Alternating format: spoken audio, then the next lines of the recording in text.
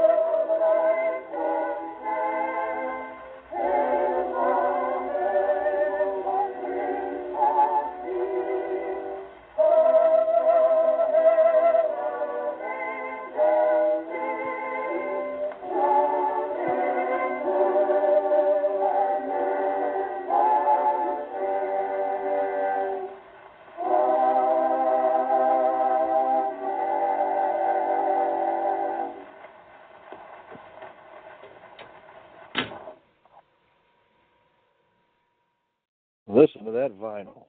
Yeah. That was Hark the Herald Your Angels Sing by the Trinity Choir, recorded back in 1920.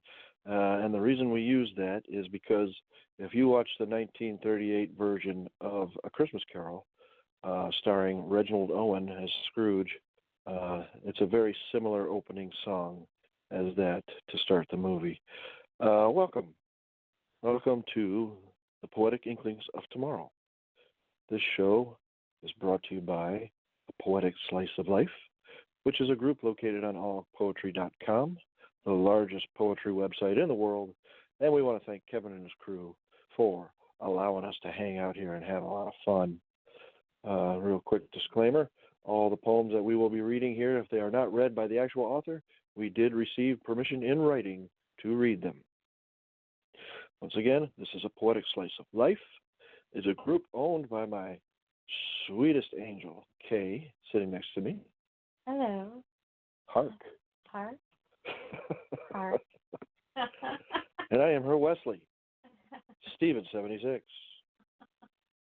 Yeah, but you are. So tonight we're going to be talking about A Christmas Carol. It has to be my favorite story when it comes to this time of year. I have a tradition of watching the 1951 version starring Alistair Sim every Christmas Eve. I've been doing it for how many years? Oh, gosh. I've been with you for 23 years. Did you start that when we were dating? I don't think so. Somewhere along the line started when we got married. Yeah. I don't know. Let's go with about 20 years. Yeah. But I do remember James being a toddler. I was doing my thing. You were watching. Yep.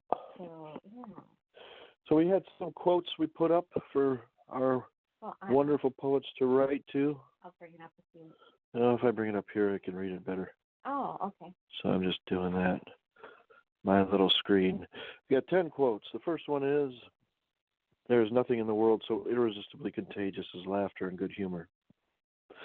The second one, and I think the most popular quote that was written to, "So I wear the chain I forged in life," replied the ghost. "I made it link by link and yard by yard.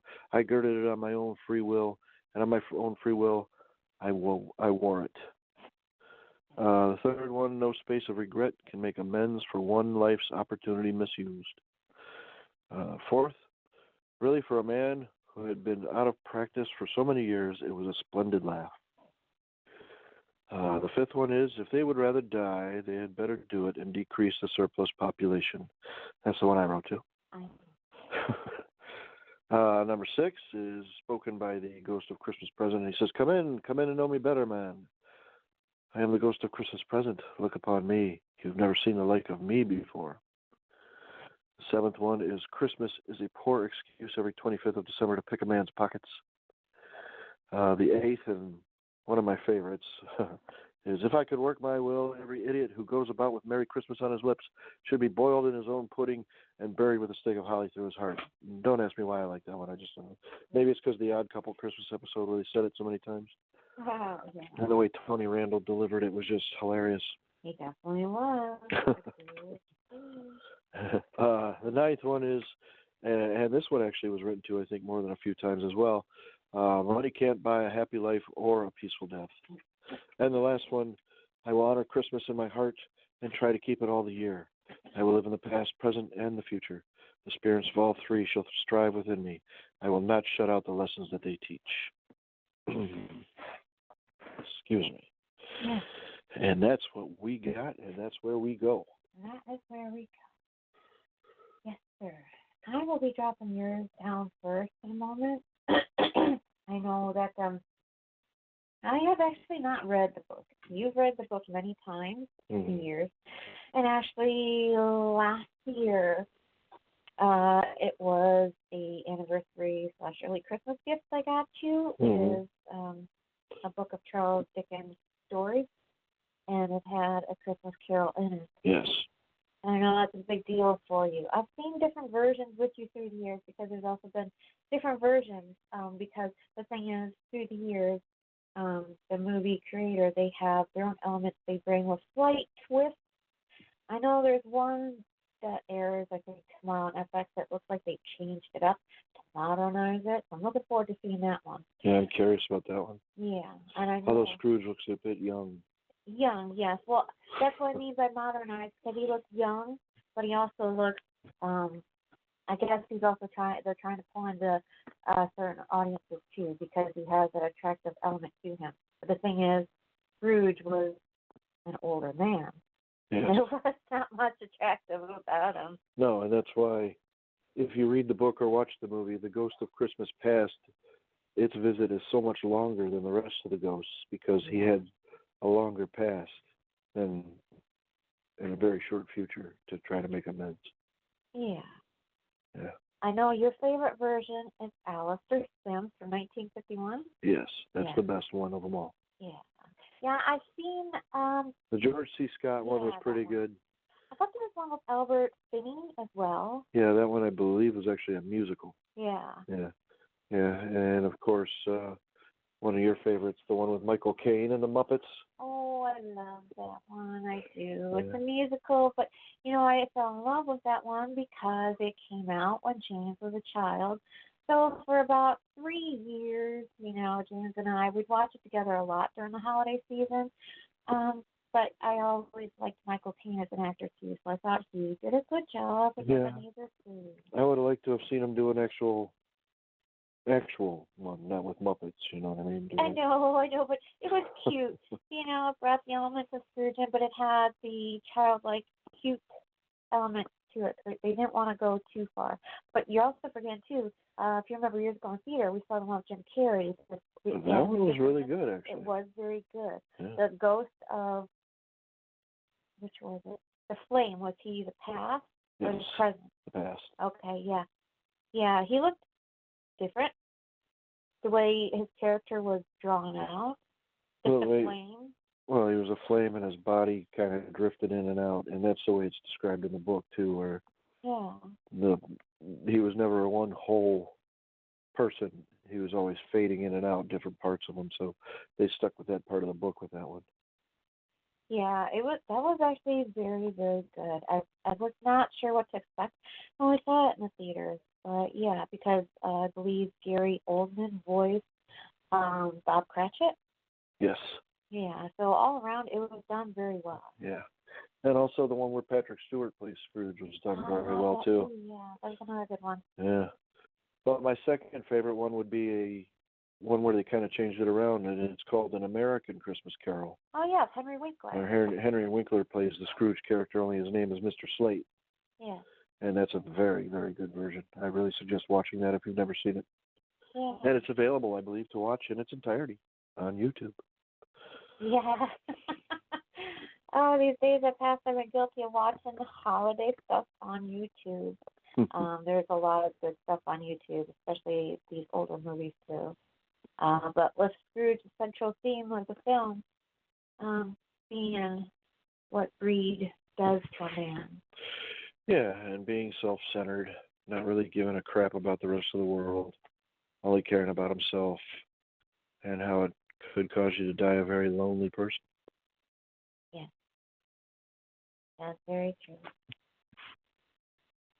Well, so here's when I actually said this because, we all know people in our lives that we joke that, they should be visited by three ghosts because of how harsh they are in their life with how they interact with others.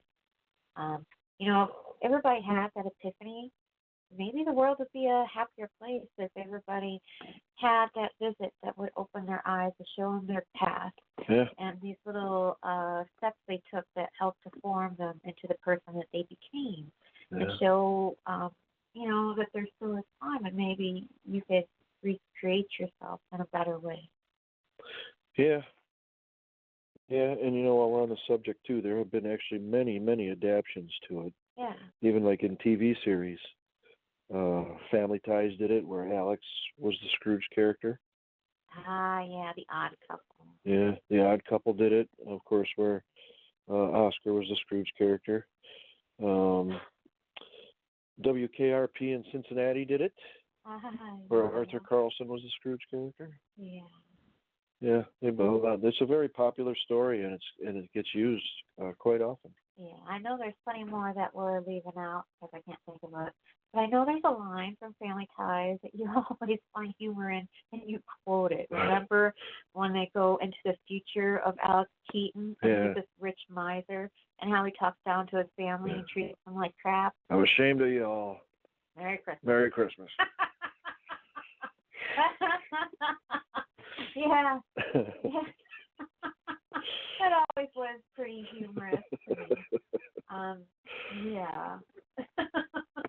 They don't make TV and movies like they used to. No. Things were better then. They were. Now it's just mostly remakes.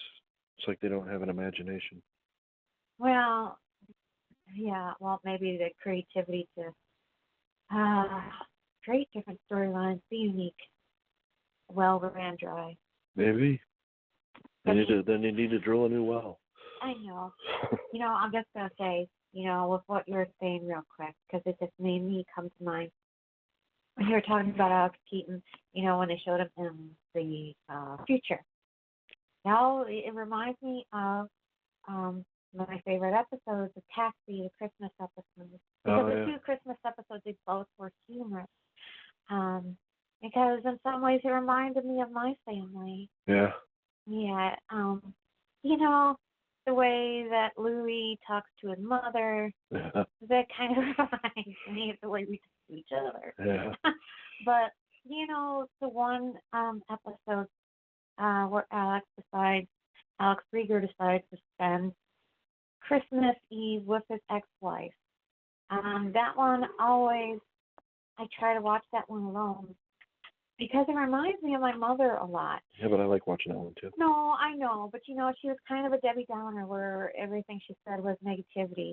And she couldn't realize that the reason her life was the way it was because she pushed people away. And she may not have tried to do that, but that was what ended up happening. But then the way she treated people afterwards as well, she made it where people did not want to have her in their life. And Alex, being Alex, he took compassion on her and, took her to, the holiday Christmas party of his coworkers. Yeah. And I just thought it was hilarious because of the fact that, when they got there, I always loved the character of Reverend Jim Ignatowski. Yeah. Played by Christopher Lloyd. Yeah. His humor, definitely, I can understand that. It always makes me smile. But, Alex introduced his ex-wife to his friends. This is my podiatrist. Yeah. And then, as she goes into her spiel as to, how she spent last Christmas and, alone and all that other stuff, all of a sudden Jim blurts out, who invited Alex as podiatrist? Yeah. I know it's not so much of a Scrooge, but it kind of has elements of Scrooge to it. Yeah. Because at the end of the episode, she understands some of how her ways have affected her life and why the people are not in her life. And the fact that she does have somebody in her life that took compassion on her and decided to, remain friends with her even though she was a challenge. Yeah. Because, sometimes in life, sometimes it just also can't be helped. Sometimes that's what you learn. Sometimes by family because that's all they know.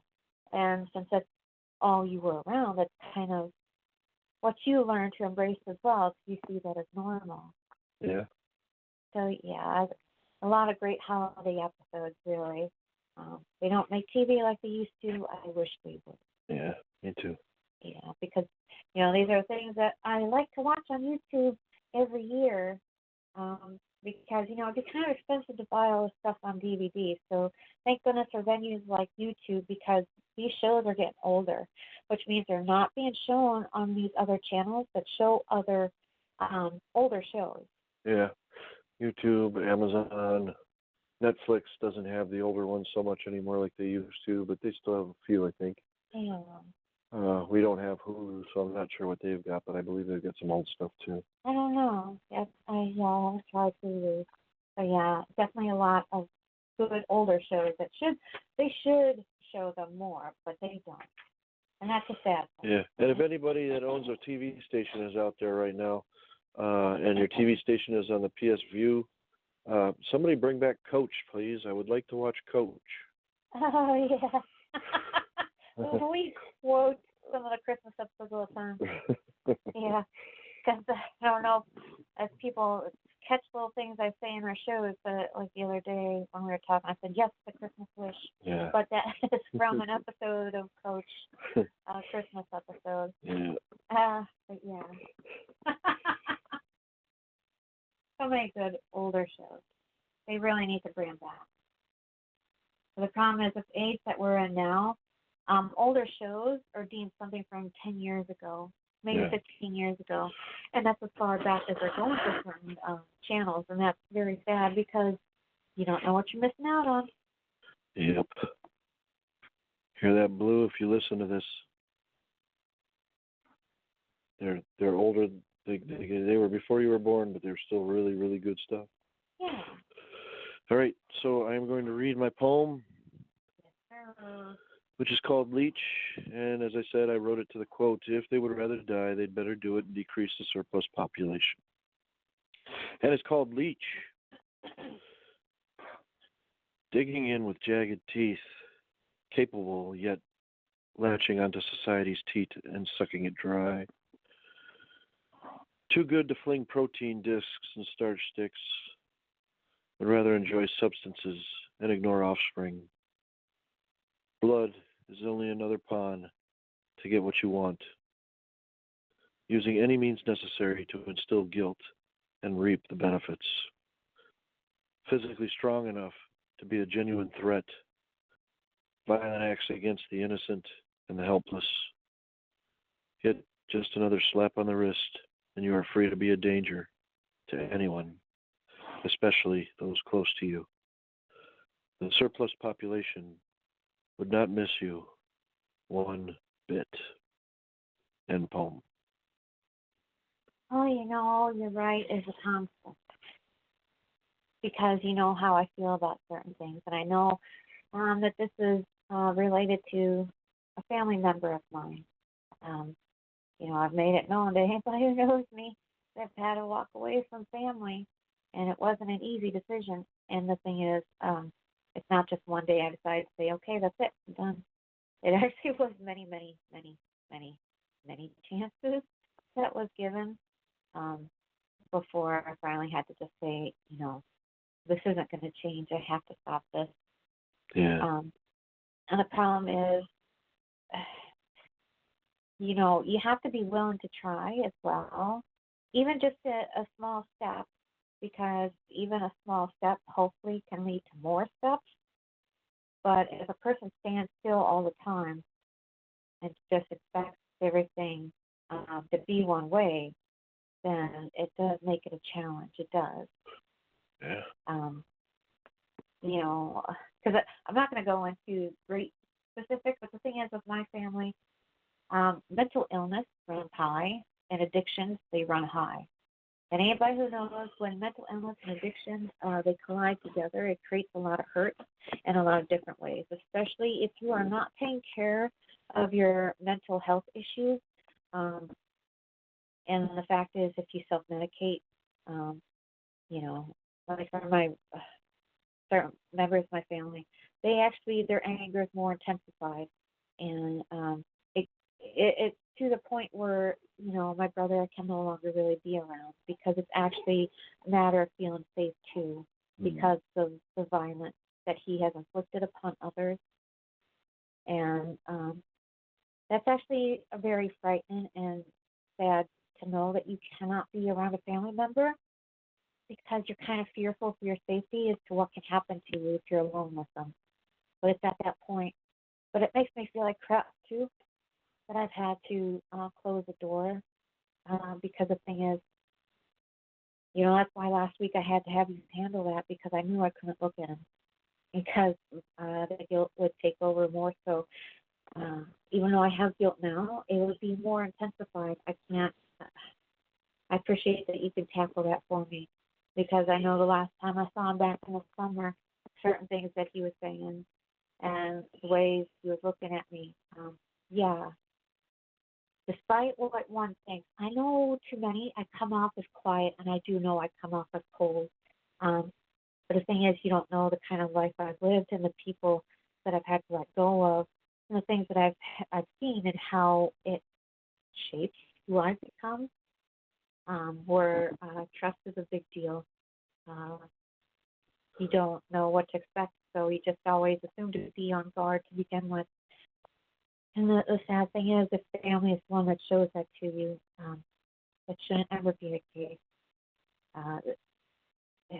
It's tricky. It is. I mean, we've had so many, we've had a lot of heavy conversations about my family. Yes. So you know how I feel, and you know that it's very complicated. But yeah, you're right, definitely says it all. But at the end of the day, the better question being, what do you do, if you've done everything you can and you're forced to walk away, but it makes you feel like crap, it makes you feel guilty. It just doesn't go away, those feelings of guilt. No. I mean, because, I have family and I care for them a lot. That's probably why I gave more chances, actually. So, yeah. I know. Yeah. I am going to read this fast little brevity I wrote because it actually matches yours Oh, in cool. a small way. Cool. To number 9 that you wrote. So I'll just read out the yours. This is a fast brevity that I wrote, and I call it "Does Tomorrow Weep?" Shadows tremble where flowers once grew, harbor in a blank stillness, lost warning, seeking comfort, bringing silence amongst valleys of paradise. End poem. I thought that fit to quote number 9. So that's why I threw that in the topic for it. Yeah, I thought,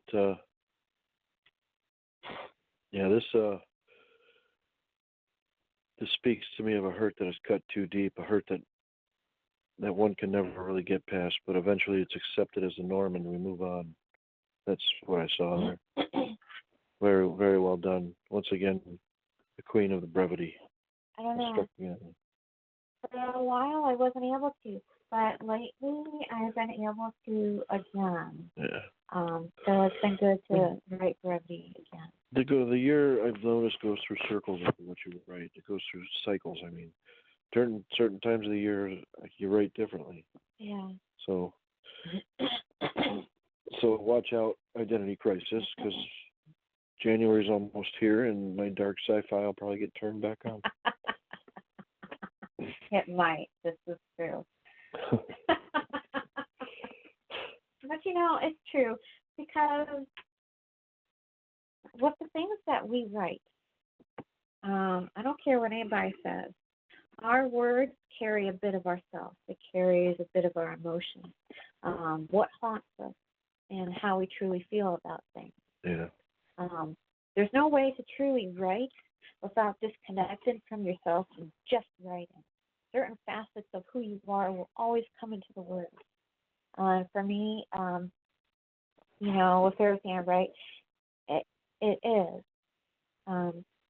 Because lately I've been writing, I've had a few moments of writing positive, but I've also had a little moments of writing dark.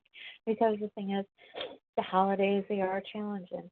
I'm forcing myself this year to get in gear because Christmas is, going to be here next week. A week away. Yeah, I know. Less than a week away. I know. That's been dawning on me a lot this week. And that's been, kind of depressing me more so. Along with everything else. Yes, I know. You've got your ham in the refrigerator, still in the freezer. Yeah, we should pull that out soon. Yeah, we should probably do that either tonight or tomorrow. Yeah. We just got to finish buying the rest of the stuff tomorrow when we go shopping. Yep. But I will say that I do miss the simplicity of Christmas, because as we've gotten older, it's actually gotten complicated.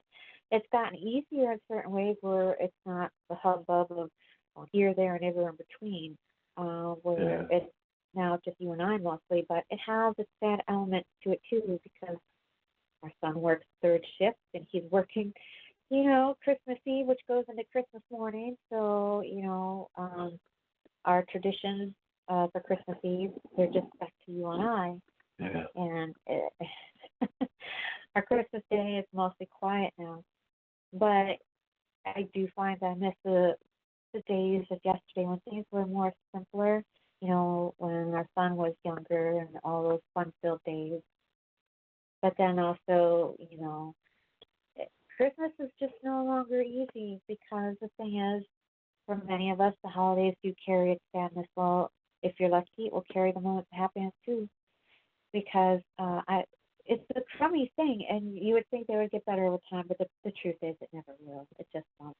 And that's something that in time I have to learn to accept too. So, every year gets a little bit worse on the inside because of the loss of our son. And that's what's been making this holiday season very hard for me to truly embrace and say, okay, it's Christmas, let's go. So, I've had days this week where I had to pull my head out of my rear end so that way I could have a day and get moving and be productive, because it's just some days it just washes over with it's overwhelming, all consuming. Yeah. So yeah, I do long for Christmases past, when things were simpler, when things didn't hurt so much, and all the people that used to be in my life would still be there, and that I want to know what it feels like to be a mother of love. So yeah, holidays are not simple. Mm-hmm. I wish they would be. So I'll shut up and say end comment.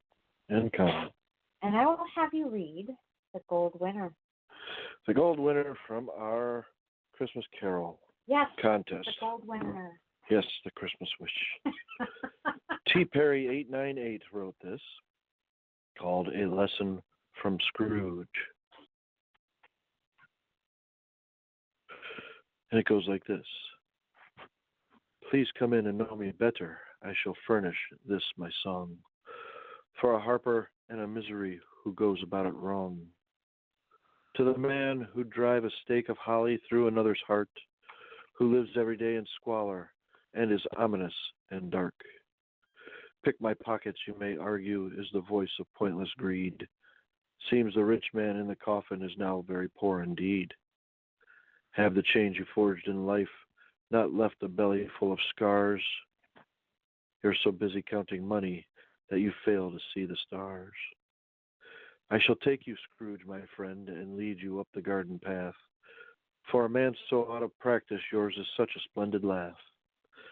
Money cannot buy you happiness or beg a peaceful death. You have a chance to change the present with the time you have left. In a quintet of disasters, Scrooge became a better man, and would seek out kin and friendship, and would seek to understand. He'd embrace the joy of Christmas, and would tender sweet concern. Yes, his story holds a moral that we'd all do well to learn. Be of fruitful disposition, laugh a lot, sport a grin. Seek the gift of inner wisdom, cherish happiness within. Give of time and good intentions to the others in your midst. If you give out larger cuddles, you may get a bigger kiss. End poem. I chuckled again. Yeah. I thought this was great. He starts us off with the Ghost of Christmas Present and takes us through Scrooge learning his lesson, also letting us know it is a lesson for all of us. But yeah, the end line, bigger hugs, get a bigger kiss, that definitely makes me chuckle. I like this a lot. What do you think, hon? Well, I noticed, I like how he drew on certain quotes from the contest. He used more than one. He used quotes number 2, 6, 7, 8, and 9. Yes, I did see that right away as you were reading. Yeah. And I thought that was cool because he was also bringing to life the story itself. Because, the story of Scrooge is, he started off as being innocent and kind. But then those little steps along the way that he started taking, they were, those gradual little steps going into the person that he became. Where somehow along the way, money became all that he embraced, all that he knew, and that was that. And somehow along the way, he pushed everybody away from him and just embraced only that side of life. And for some reason, he became very cold and couldn't see that. Yeah. Until, the ghost of his friend, Bob Marley, helped him to originally tell him that you're going to be visited by these ghosts. So take heed to what they say so you don't become what I have in the afterlife. Yeah, exactly. A good friend. And Scrooge says that at one point, you are always a good friend of mine. Yeah. Hello, Zappa. I know you're listening. Oh, because he commented. Oh, okay. Yeah. Hello, Zappa. Well, that actually makes me think when you just said that. Because, sometimes the story of Scrooge, it gets overlooked at the bigger meaning being that the movie's about Scrooge. But it all starts with his friend, Marley, who paves the way to telling him that, I live this way in life. And if you continue on that path, you're going to become what I have become in the afterlife. And I'm here to help you to try to change your ways so you don't have to carry the same burden that I do. Yeah, well, not the same, worse. Yeah. Because at one point he tells him that Scrooge's was just as long as his 7 Christmases ago, and he has labored on it since. 'Tis a ponderous chain. Well, I thought that, talking about that, it makes me think about the bigger picture, too. About society, too, about how we live our life, how anybody can live their life. If you get all encompassed in certain things and then, you just become bitter and miserly, and you live a life of solitude, and you don't have any in your life, then in your own way, it is like living the life of Scrooge. But how wonderful it was to have somebody like Marley looking after him, trying to give him that nudge. Even though he lived a long life, Scrooge of being the way that he was, telling him, there still is time. Fix it. Yeah. So that's pretty cool. When I think about that, actually, for some reason that sticks out in my mind. Yeah. Yeah, I'm going over the whole conversation between Scrooge and Marley in my head now because of this conversation. Oh, yeah? It's like my favorite part of the movie. It is? Yeah, they go between the two of them. Between Alistair Sim and, boy, I'm not even sure what the actor's name is that played Marley in that one. Let me see if I can find it. And Alistair Sim? Yeah, the 1951. Yeah, that one I wouldn't know. He sure played a great Marley, though. He was my favorite one. Michael Hordern was his name. Yeah. Yeah. Well, the conversation, why does that stick out in your mind? Do you remember tidbits of the conversation? I remember almost all of it by heart, but I'm not going to recite it. Well, recite the ones that stand out for you. I don't know. For some reason, I just got because there's also a little bit of humor mixed in, too. Well, humor is also good. Yeah, because there's when Marley tells him that he's going to be visited by 3 ghosts. And Scrooge says, "Is that the chance you were telling me about?" And Marley says, "It is." He said, "In that case, I'd rather not." And Michael Hordern was born October 3rd, 1911, and he passed away May 2nd, 1995. Lived a nice life. Yeah. And worked through most of it, too. Is pretty good. I did not realize that.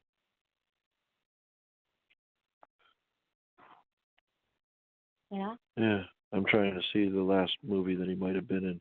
He said that he played 200 different things. For a very active career. Yeah. Did a lot of, he narrated the Paddington Bear 1976 TV series that went from 76 to 93. He was the narrator. How about that? I do remember Paddington. I do love. How about that? I do love Paddington. I remember the storybooks, but I also remember watching the cartoons. Wow. I show my age.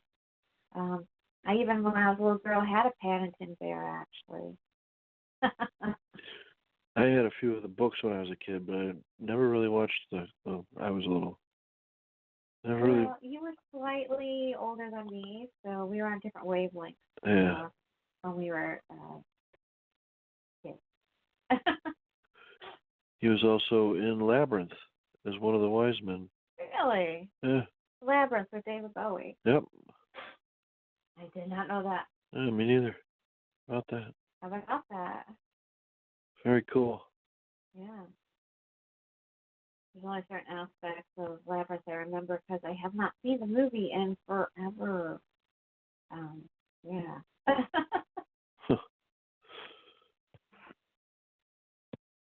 Where do you want to go? Yeah, I'm going to hopefully the SoundCloud works. I'm grabbing this one because I forgot to put it in the topic folder. Well, no, that was the other one. What? Chris. Oh, okay. Was the SoundCloud. Jenny, yes, okay, I got that. Jenny Flower just gave us permission to read. Oh, okay. Yeah, Chris Yellow gave us a SoundCloud. Well, let me drop this down. And fingers crossed. Fingers crossed this works, Chris. I know you said you'd be listening later if you're not listening right now. Yeah, and then let me rent the studio, and then let me press play. Okay. I hope it works because she really reads it well. I know. I heard it earlier, so here we go. Fingers crossed. Love Can Suck the Glee from Mary by Chris Yellow. We get it. I get it. You insufferable prick. You hate all of it. You hate your job, and somehow that is my fault. You hate me. You hate my family. But it is Christmas. Let us inferior optimistic fools. Have some joy for the day, and for God's sake, get your glee-sucking frenzy out of this place, and take your bitter taste with it. I shall open my door to you any other day. And poem. And so, yeah.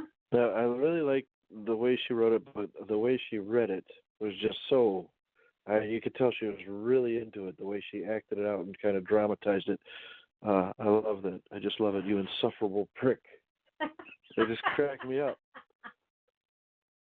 But no, I like this. Let's see here.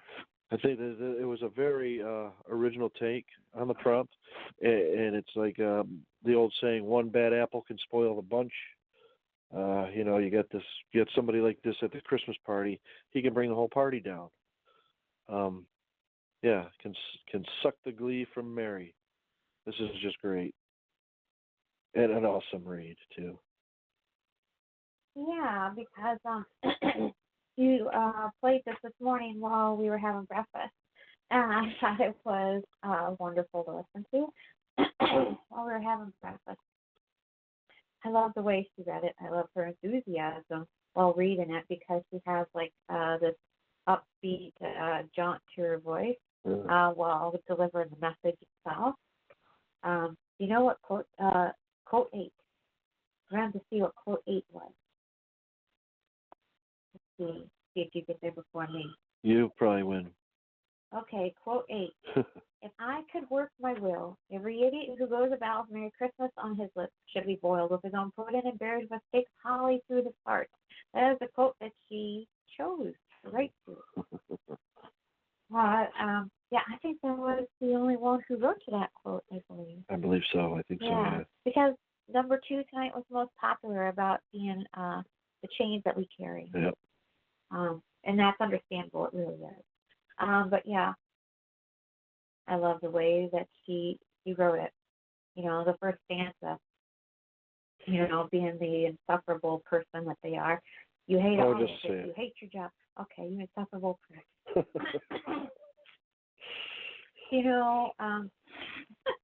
The thing is, though, what for second stanza talking about you hate your job and somehow that is my fault. You hate me, you hate my family. That second stanza, it reminds me of the garbage I've had to deal with in my life. Because if it wasn't from my mother, it was from another family member, where sometimes all I had to do was open my mouth, and somehow it's always Kay's fault.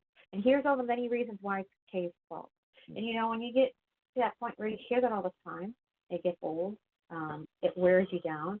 It also helps to make you feel a certain way about yourself when you've got these people that are always saying, "Oh, well, it's always Kay's fault, and here's all the reasons why, and I'm going to tell you why. And if you dare speak up, well, I'm going to give it to you even more so." Because I can joke about it now because I've had to learn to let it go. Yeah. But on a given day, it creeps in. It does. Yeah. But the fact is that, it's Christmas for some people. It does not sink in because for those people from my past, it would still be Christmas Day. And if I said something, they'd say, "Well, Kay, here's all the reasons why you're wrong. So shut up." I could say that now, but yeah. I relate to this right very well. Because in life there's a lot of people who feel like they are inferior to you. And it makes it challenging because, I can be a smart ass like I am now and joke all the time. But on the inside, it's very challenging when you have people that are always comparing you to others, who are always telling you that you are wrong, that you're terrible. Why can't you be like this person? It gets very old when, it seems like you're the verbal punching bag and you're the one who is the easy person to blame for anything and everything that's wrong with that person's life. You need somebody to blame. So, hey, how about I just blame this person instead? Yeah. Actually, I just read her author's notes better. She said it's a response to that quote. It's a response to the quote. Yeah. Well, to me, it definitely speaks. Yeah. Because of the turd Fergusons in my life. And, I can easily say that. It's funny. I could say that now, yeah. It's just, No, I'm just doing Norm Macdonald. Yeah, it's funny. It's Yeah. funny. It's a funny name. It is. It definitely speaks very well. It speaks to my heart.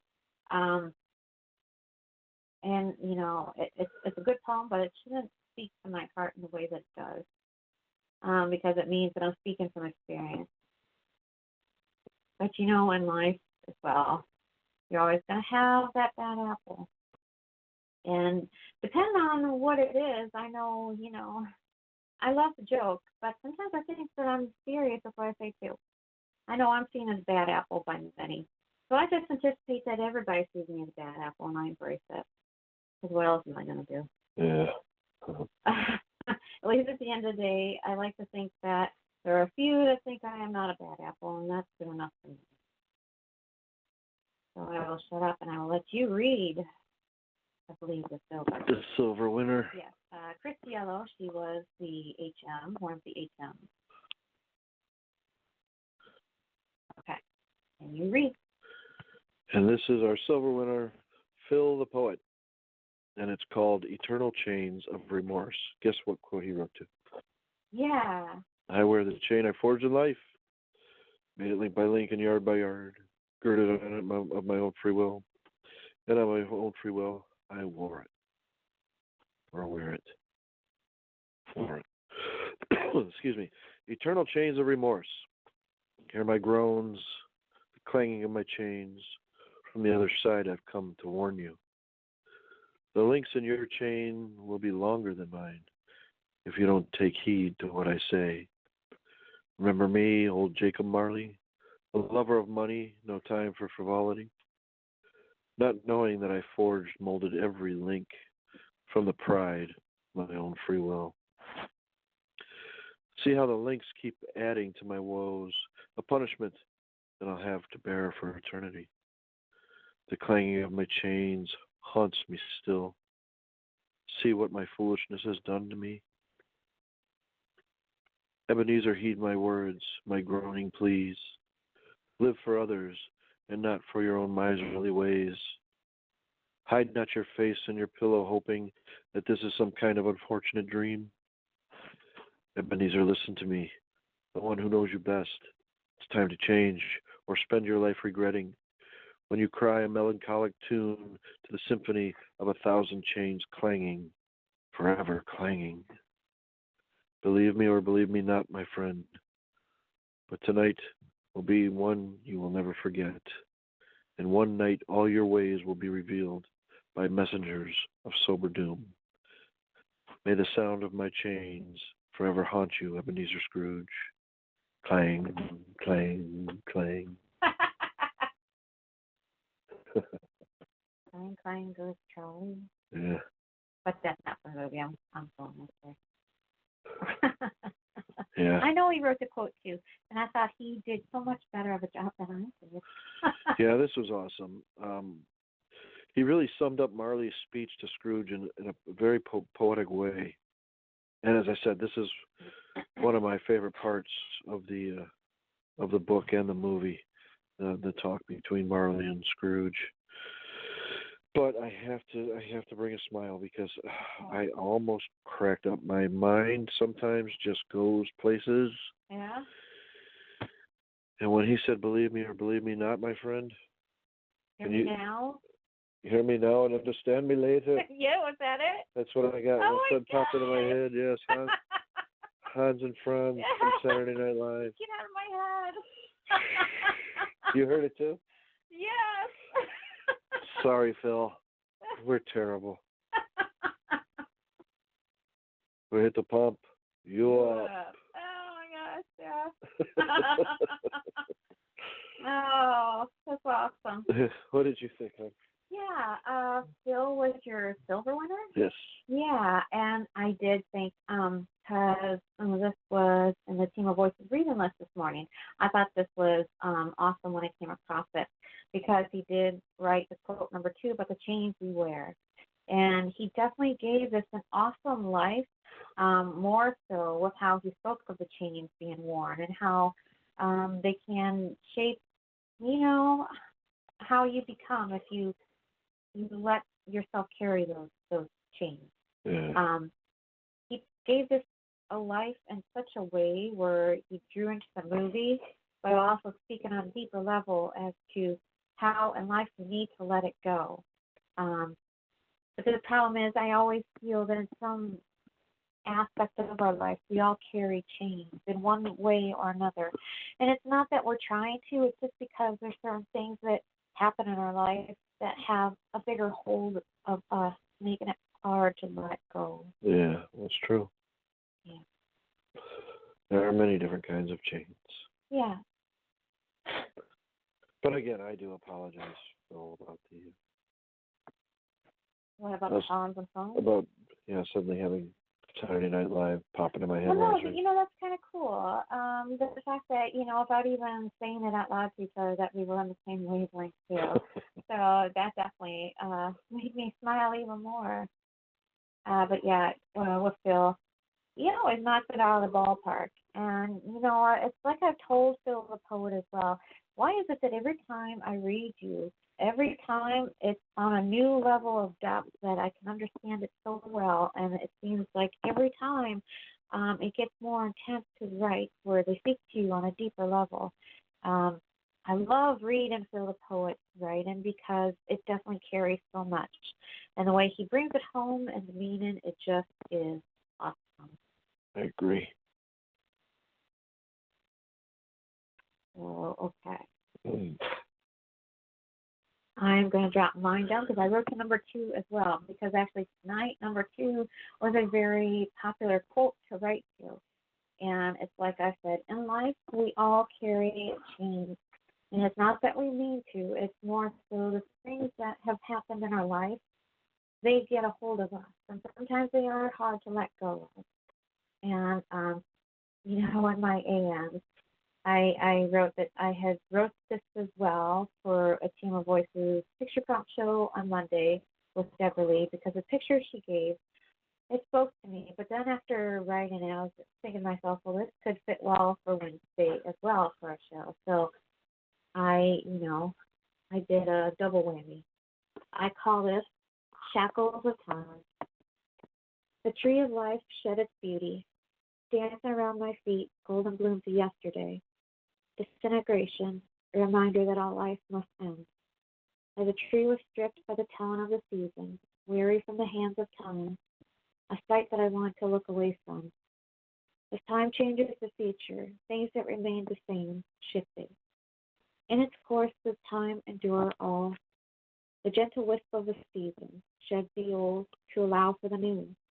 The beauty of the darkened days through branches of time tells. That when facing giants of youth upon encounters mentally, they become smaller and time will grow. These hollow corridors I pass, I walk through alone. Obsidian her realm of safety she claims, with her faithful friend Alcide. Through the agony of life that bared its claws, shaped on a quiet voice that is seen as cold. The hand fight thinks it quakes. The hand of death that touched mine is the touch that I cannot release. Shaping the lady in black that reaches her hand out to the vulnerable. Echoes fade upon the wind, never to be forgotten. End poem. Yes. Yeah, I could see how you were seeing that. First off, though, I really like that middle stanza about how things that used to be such a big deal when we were young, they're not so big when we get older. But yeah, there are, like you said, there are things that sometimes just grab a hold of you and you can't let them go. And those are different types of chains, but those are chains nonetheless because they drag you down and hold you back from moving forward.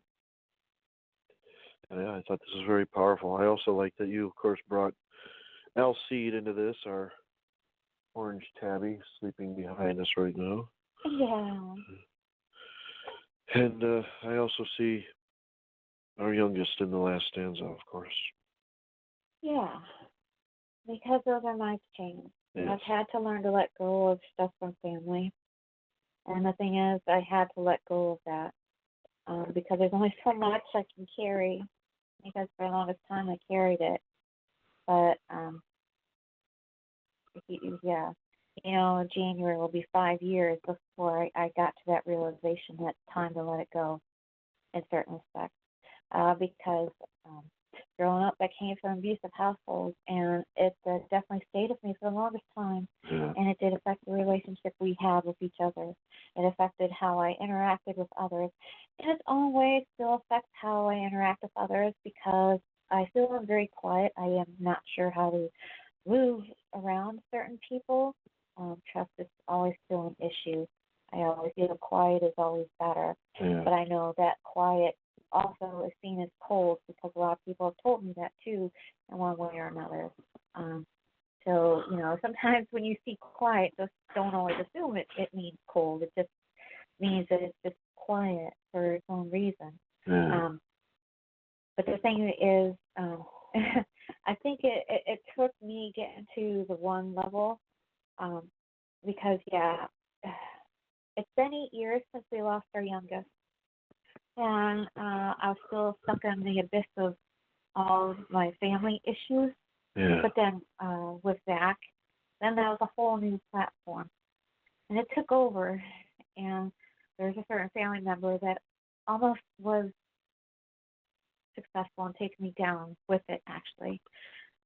Because, in the past, a lot of us have had this moment where we've contemplated about whether or not our life was valuable and if anybody would actually miss us when we're gone. And for a while, I was leaning more towards the fact that I thought people would be happy if I was not around. So I was leaning more towards that mindset because of that one person. And I had to learn to finally let it go in my own ways. And the funny thing was, the thing that made me wake up and see that is January, towards the end of January, it'll be the 5-year anniversary since I've had to close the door and have no more children. Yeah. And it was that little incident. It was a big deal because it was another slap in the face as to the fact that the last child I had, I lost him. I carried him full term. I delivered him. Then having to go home from the hospital without him, that began years, first 3 years of its own private hell. Mm-hmm. But then when I'm finding out that I had no choice but to get my hysterectomy because of the fact that certain things were going on, and if I didn't address it, then it would start attacking other aspects of the body. That was my wake-up call that told me, okay, let's get through this, and then it's time to work on getting to better ground. So, between losing my child and having to close the door and having more children, those weigh very heavy on me. Those are my chains. I can't let them go. I won't ever be able to let them go. It's what makes the holiday season hard. It's what makes the days hard. Yeah. So it is what it is. I don't know what to say. It just is what it is. And I will shut up. And comment? Yeah, and comment. And, Deb? yeah. We have a caller on the line. Hello, Deb. Hello, Stephen. Hello, Kay. Hello. How are you today? I'm okay. How are you? Okie doke. Better than I'm home from work. Yeah. That's good. Wait, better than what? Now that I'm home from work. Oh. Yeah. Back with Kay. Yep. I imagine that Yep, makes in it a all cozy, better. It does. In our cozy little home with our furry children. Yeah. Running hither and thither. Yeah. Yeah, I might be writing a poem. Yeah. You should write that down, sir. Hither and thither, huh? Yeah.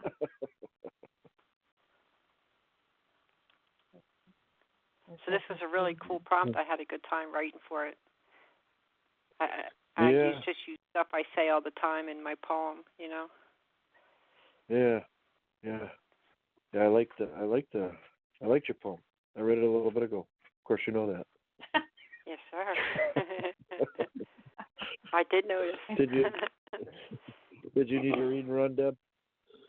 Yeah, I got a whole bunch more things to do before Crystal's show, but I wanted to make sure I showed up and read for you guys. All right, it's in the room. Okay, let me click on it. All right. And I wrote to prompt number 9, Money Can't Buy a Happy Life or Peaceful Death by Charles Dickens. And the poem is called All Do Not Fly for Death's Goodbye. And here we go.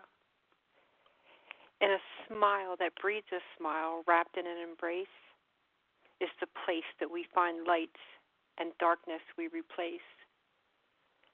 Cars break down, boats can sink, houses may crumble too, but all the money on this planet can't buy clock ticks for you. All those trinkets that we pile up just wear cobweb strings. Thick wallets filled with dollar bills cannot buy people wings. So call up Mom, eat lunch with Dad, hold people high, not things. Once an hourglass spills white sand, death strikes, cutting all strings. End poem.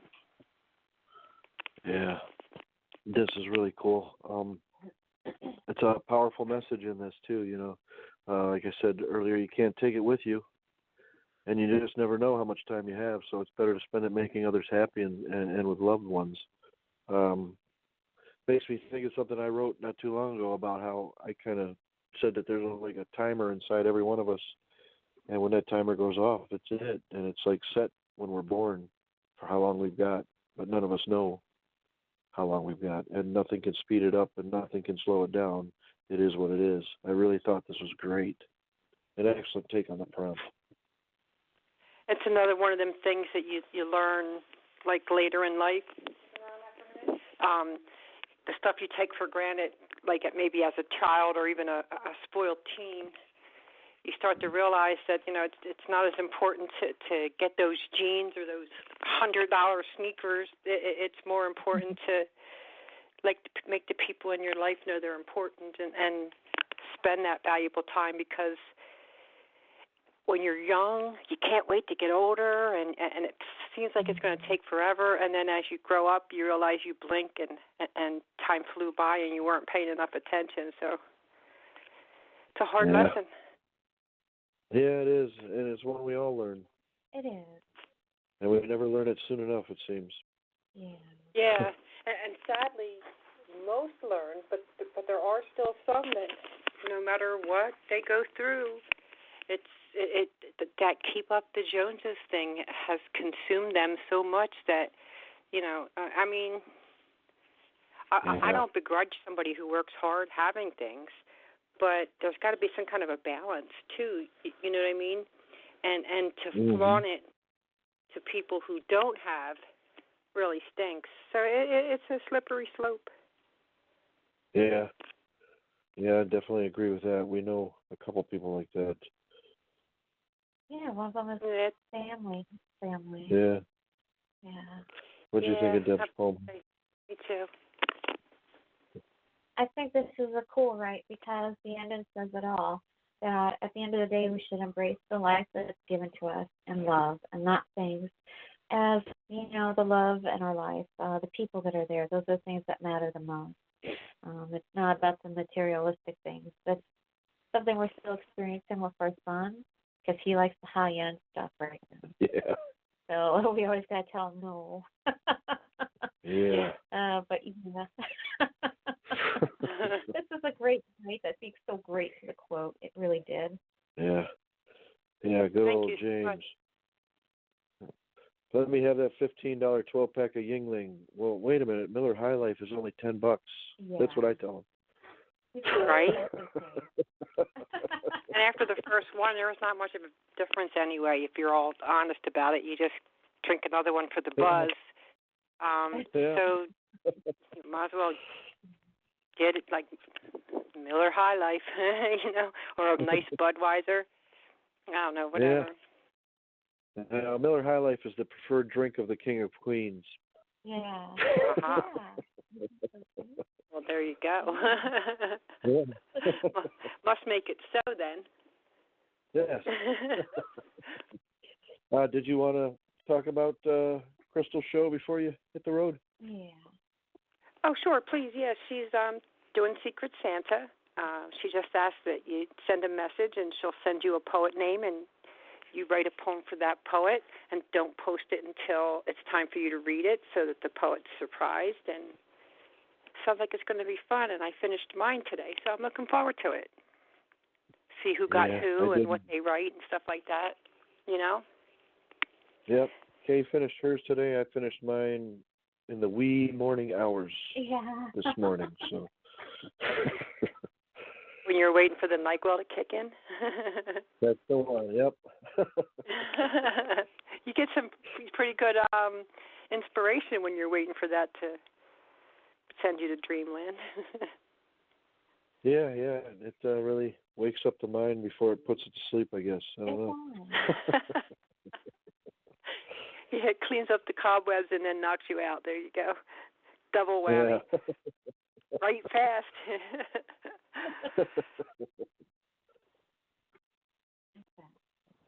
All right. Oh, my goodness.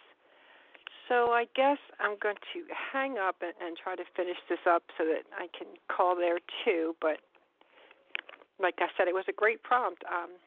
I've been enjoying some of the ones I've been writing, so keep them coming. Will do. Thanks for calling. All right, we you guys. appreciate it. Love and respect. Yeah. Love and respect. Bye. Bye.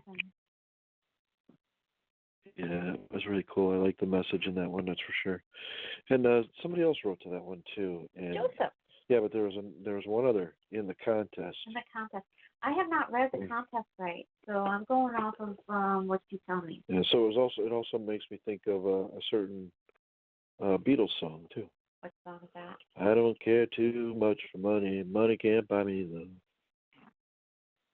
Well, depending on the kind of love you're looking for, it can. Well, physical, not real, temporary, by the hour. Part-time lover. Right? Right. And just so you know, that was not me he was kissing our cat. Yes, because she's right in my face, purring at me, saying, "Hey, Dad." Well, yeah, the funny thing was when you were talking to Deb, all of a sudden, this little kiddo woke up, said, like we were talking to. I heard him. Yeah, to him. So now he's all on our faces saying, "Pet me." So he liked Deb's poem too. He did. There's more excuses for me to get cuddled. Okay. I will have you read Joseph. I will read my big brother Joseph's. Yeah, because he wrote the same one that Deb did, the same quote. Yeah, I like his too. All right, this is by Joseph Moon, and it's called "We Are But Broken Ornaments." And it goes like this. A winter wind topples the unsold Christmas tree. Broken ornaments which thunder strike the walls. In the dark distance I hear spring singing to me. And I am one with the music as the snow falls. The sun 'tis slumbering, the moon 'tis a whiter pale. She is more bright than a priceless stone I have read in some old poetic tale, that bards write best when sad and alone. I gaze through the tavern window where a fire burned, warming the lovers, lighting each desiring eye. As the children carol and parents pass, I learn of the truth that money can never buy. Life 'tis a dream, waking to die, that passed an hour ago. And poem. Oh, before we get comments, we should welcome Deanne to the room. Oh, hello, Deanne. Hello, everyone. It's nice to be with you tonight. So, is it How are Stephen you? and Kay? Anyone else online with us? Okay. Nope, you just missed Deb. She had to go. Oh, okay. Like I told you, I had my grandbaby all day today, and so I just got recuperated, and our house back in order. He's 16 months old, and he is a mover and a shaker. I'll tell you, that's what I do. I just take him all day. I have a protected place, kind of a padded area, and so then we just run around, and he's a handful. I tell you, I love my Wednesdays with him, but yeah, he wears me out. Yeah, I wear him out. I do. He's a sweetie. He's got like hazel brown eyes, and he'll look at me with those eyes, and I just melt. Yeah. So yeah, I was listening to you read Joseph's poem. Yeah. He is such an incredible writer. Oh. Can I comment on his poem? Sure, go ahead. Okay. Well, I went ahead. I read this and commented yesterday, but I wrote a poignant and melancholic pen. And he's just such an excellent rhymer. And of course, everybody needs to heed this cryptic message of his poem. And yeah, he's kind of makes me shudder a little bit, just the truth of it. Yeah. So. Yeah, I agree. Yeah. I thought what he wrote is definitely very true. There are so many worthwhile things in life that money just cannot buy. And I thought that it was an excellent translation of the prompt. Once again, there's that Beatles song again. Yeah? Yes. Money can't buy me so love. he wrote... Can't buy me love. Did he write to the same prompt that I did? Money can't buy a happy life? Yes. Yeah. Oh, he did? Okay, so that seems to be a favorite. Okay. Yeah, That's that one I think was the second. Yeah, that one was the second most written to. The first one was the one about the chains. Yeah, the chains that I forged in life. Yeah. And look how that message of that movie still reigns true today. Yes, it does. It really is true. Yep. I just love the transformation of Scrooge. I've seen a movie done by several different actors, and I'm not sure which was my favorite. I went ahead and bought the one that Henry Winkler was in. Oh, because they don't seem to play it on every season. They don't play it. So I thought, I thought he was so great in it. And I remember reading about his preparation for the movie, how he stayed in character the whole time. He would not get out of character. So even when he was not in front of the camera, if people wanted to relate to him or whatever, he was always Scrooge. So I thought that was really fascinating. Yeah. I think that might be my favorite. That one's definitely up near the top for me, but my favorite is the 1951 version with Alistair Sim as Scrooge. George C. Scott did a great job, too. Oh, my goodness. Yeah. Yeah. Did you see him? Yes. That was really powerful. I just have I don't know, maybe it's because, but the guy that they had play Marley's ghost in that one, I just disagreed with his portrayal. I don't know. George C. Scott one? Yeah, and it was just one word that just totally turned me off too. What? Well, in the Alistair Sim version, when he asks Marley's ghost what it is that he wants with him, Marley replies, much. Yeah. But George C. Scott asks Marley says, much. And I'm like, what? That's not a way a ghost would talk.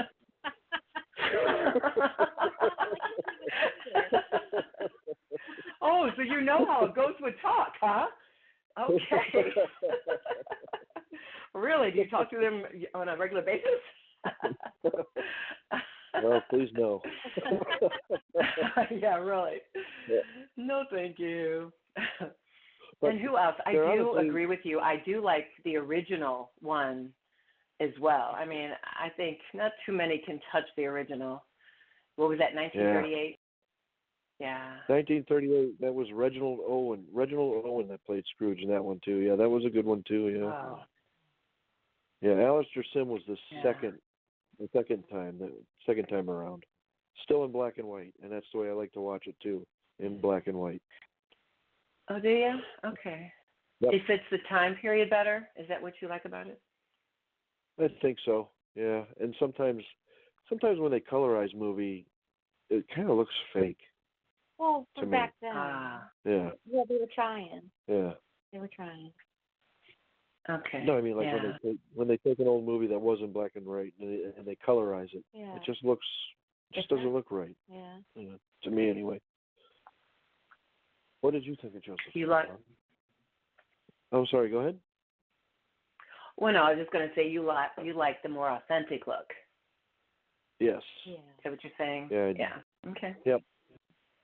Yeah. Well, this was the second popular quote of the night. I like what Joseph brought with this because when he was speaking about Bard, Bride, and Best One Alone, I do agree with that because I tell you as well, I have a hard time writing when you are home because there's distractions. But when I am alone, the words flow easier because there's no distractions. It's just you and your thoughts. And I like how Joseph put that in there. And then when he was given the visualization of what the sights were that he saw, it definitely drove the meaning home deeper because with Joseph, whatever he writes, he shows what's in his heart, but he also gives his own wisdom to it as well. And a lot of his writes definitely are packed with insight. And the thing is, at the end of the day, money can buy you the things that you want, but at the same time, it won't move the hands and time from moving either. And he brought that across very well because, it's a sad thing that, we don't like to think about, but eventually everybody's time is going to come, and it's something that's hard to embrace. So once you live their life to the fullest, but not always rely on money and need money to, make happiness, because it won't save you from leaving this life either. No. Right. Yes. What do you think of Joseph? Well, I already commented. Yeah, I thought it was great. Kind of go here. Okay. I'll gotta pick up one more caller that I know. That's Sweet Pea. Sweet Pea's here. Hello, Sweet Pea. Sweet Pea. Hello. Hey, Sweet. Hey, Deanne. How are you? Hi, I'm good. I imagine, Sweet Pea, you have to read a room. A little bit. I gotta get ready for the other places I got to go tonight. Okay. Yeah. Yeah, I'm a secret fan too. Already. I haven't even wrapped a gift, which is really bad. But I got a few minutes. If it makes you feel better, Sweet Pea, while we were in the studio getting ready for a show, I was finishing up mine for my Secret Santa gift. So by the time we got on air, I was done. So talk about doing it at last minute. No, I'm doing it last minute, and I'm calling your show, so I'm a very bad shopper.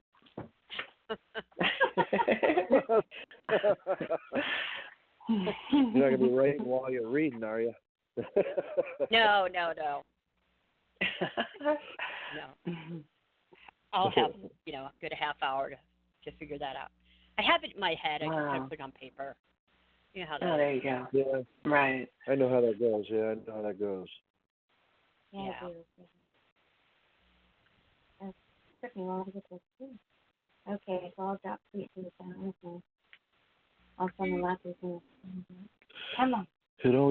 Computers always slow down when they know you're trying to hurry. I know. Well, I brought you Christmas, kind of like a Christmas past, future, current, present type thing.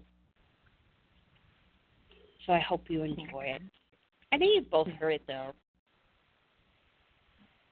but it's my reflection, so I hope you like it. So this is Christmas past, and those are my two babies back in the day.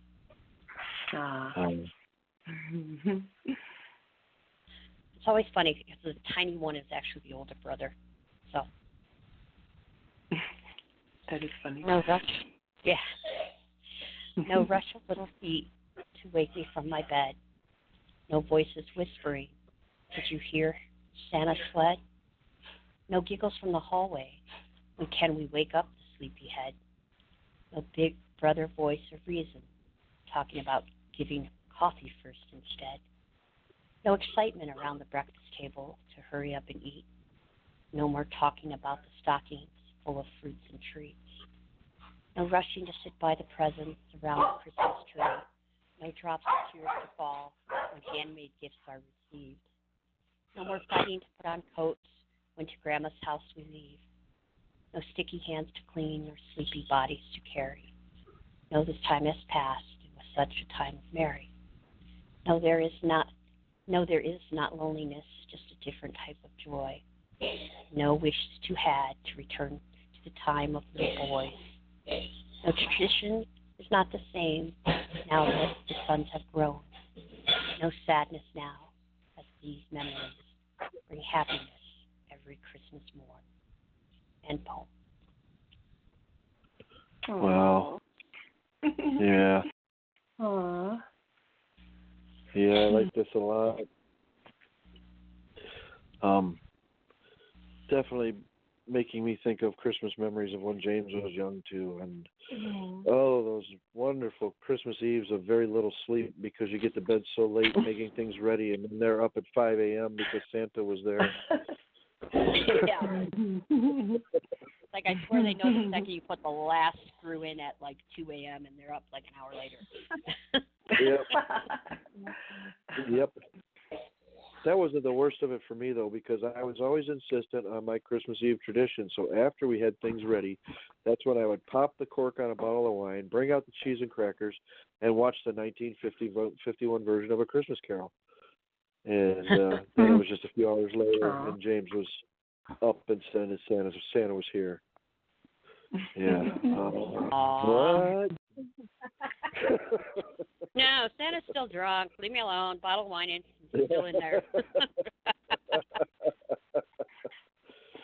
But yeah, I love this, Sweet Pea. Bringing back such wonderful memories. Yeah, wonderful and heartwarming memories of the Christmases past. Excellent write. What did you think, hon? Yeah, I definitely agree because being an empty nester now, our Christmases are different. Having kids, there's something about having children that makes Christmas magical. And you realize that once your kids are grown up and they're out of the house, that Christmas is different. And you think about those moments the most. Yeah. Because those are the moments that are going to warm your heart and keep you happy for a long time. Because I know I definitely miss the old Christmases. I do miss them. But there's one thing that I really won't miss. It's like this year, Scrooge will be started at about 9 or 10 p.m., not 1 a.m. Yeah. Well, you and me keep Christmas Eve, buddy. What did you think, Deanne? Well, it has such a melancholic feel to it. Makes me sad because, how time just flies. And then all of a sudden you blink, and like you say, having adult children now, definitely a different feel. Now, when my parents, when I was a child growing up, they would do the Santa Claus thing, and my dad had the 8mm film, and it was almost coming out. It was so cute coming out of the bedroom wearing our pajamas. So it makes me smile to think about that. But, then what happened was, then my dad tells me at 9 years old, there's no such thing as Santa Claus. It so broke my heart. I thought, you know what, I'm not going to lie to my kids. I wrote to Black Christmas. I'm not going to lie to them, So I didn't go through all this with my girls. They understood about St. Nicholas. I just gave them truth. I didn't give them fantasy. And, they were all into the Easter eggs. Well, they had to go to their moms. My moms to do all that, color the eggs and stuff. I just wasn't into any of that. I guess I'm a bad mom. Anyway, so yeah, this makes it makes me misty, sweet. Aww. Yeah, it's a lot of sadness here because it sounds like you had so much fun, and now it's over with. Now you can wait for grandkids. What? It's just different. It's just different. It's not bad. It's different. No. Yeah, it's sad different to me, though. It's sad.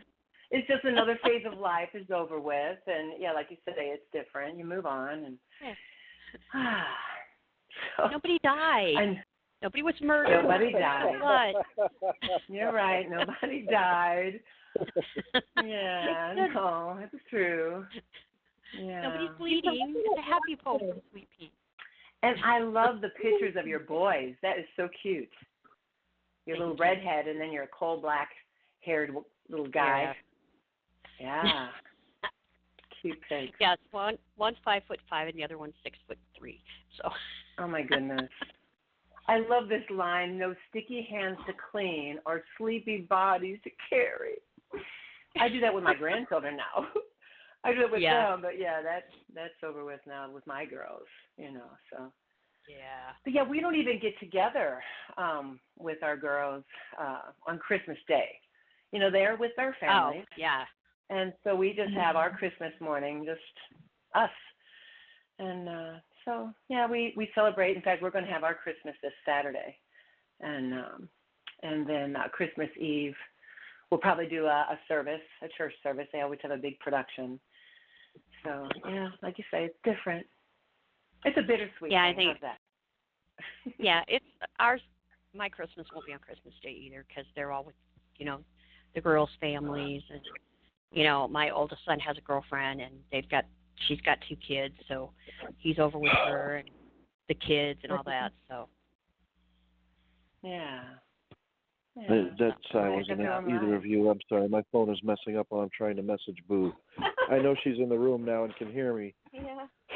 Hello, Boo. Oh, hi. Sorry. Hello. Hi, Boo. Hi. How are you? I'm trying to message you, and I just sent you TH just to let you know. It just says TH, capital T and little H. Code word. The code word. That's right. I'm like, what does it mean? I think I screwed up because I wrote for Black Christmas. No, that was that's okay. Oh, okay. Yeah, that's all right. fine. Well, I gotta go. Cool. I gotta go put ribbons on my present for tonight. So, thank you. Okay. I will talk to you guys later. Bye. Okay, sweetie. See you later. All right. Bye. Bye-bye. Bye. Okay. Yeah, but that's fine, Boo. We can have you read yours. Yeah. I just need a minute because my computer's acting up, but it's going to restart. Sorry. Oh, that's all right. Yeah, it just rebooted. Your computer's slow too, huh? Yeah, it was doing it restore around.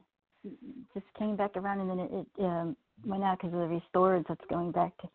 It's actually my daughter's computer from school. She's having troubles with it. But Do you know why everybody's computer is slow right now, Deanne? No, why? Please tell me. Because Santa Claus is compiling the naughty and good list, and it's taking everybody's internet away. Ah, there you go. I got you. Okay. That explains a lot on my daughter's computer now. Alrighty then. Yeah, we did Santa Claus for our son, but we just let him figure it out on his own. We didn't break it to him, and it seemed all right. I remember when I figured it out. I figured it out because of the Tooth Fairy. So. Yeah, that it was your dad. Yeah, because I woke up from sleep when my dad was tucking the money under the pillow, and I figured, well, if Dad's the Tooth Fairy. I know. I would just hope for, with the Tooth Fairy, I would just hope for at least a quarter. You know how long that had been. Yeah. And now the kids are getting like $1, $5, $10 for a tooth. It's like, wow. Yeah, I used to get a 50-cent piece. That's what I got, a 50-cent wow. piece. I want to hear something funny. My daughter was talking to her friend one time, and her friend goes, your parents are Santa Claus. And my daughter was like 7, and she goes, no, that's impossible because my mom is broke.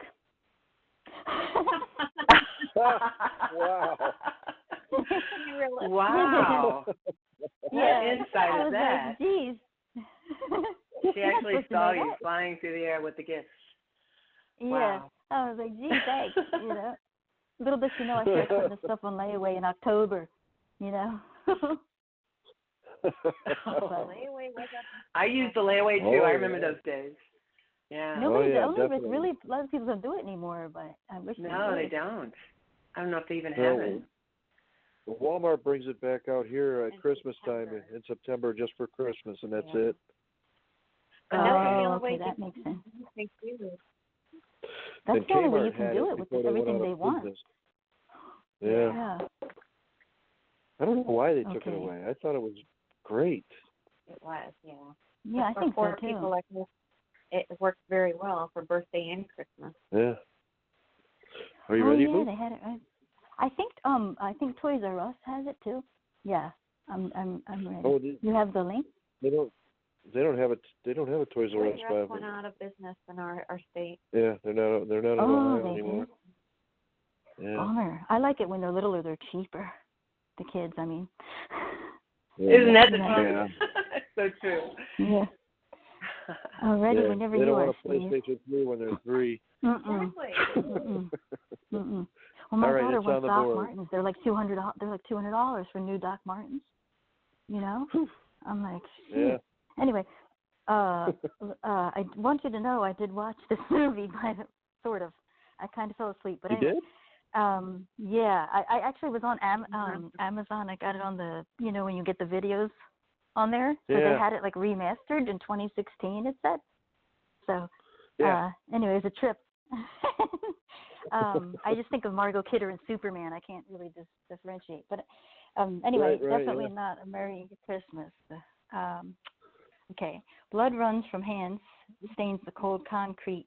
Lunatic on the phone, I'd prefer not to meet. Sorry, got the wrong number, cautiously repeat. Palms sweat, heart race drops with every beat. Try to have a good time with friends on retreat. Psycho going to slash us like a piece of meat. Now's the fear in the air, death we can't cheat. Retire, lonely girls give in to murderer's defeat. Perhaps sexuality will put him to rest, so he won't bury a knife in my chest. Loses control with slash as a blade cuts away. The nut job will hang us all out on display. Damn, knew I should have stayed home. Then again, why did I answer the phone? Prepares to initiate Christmas brutal attack.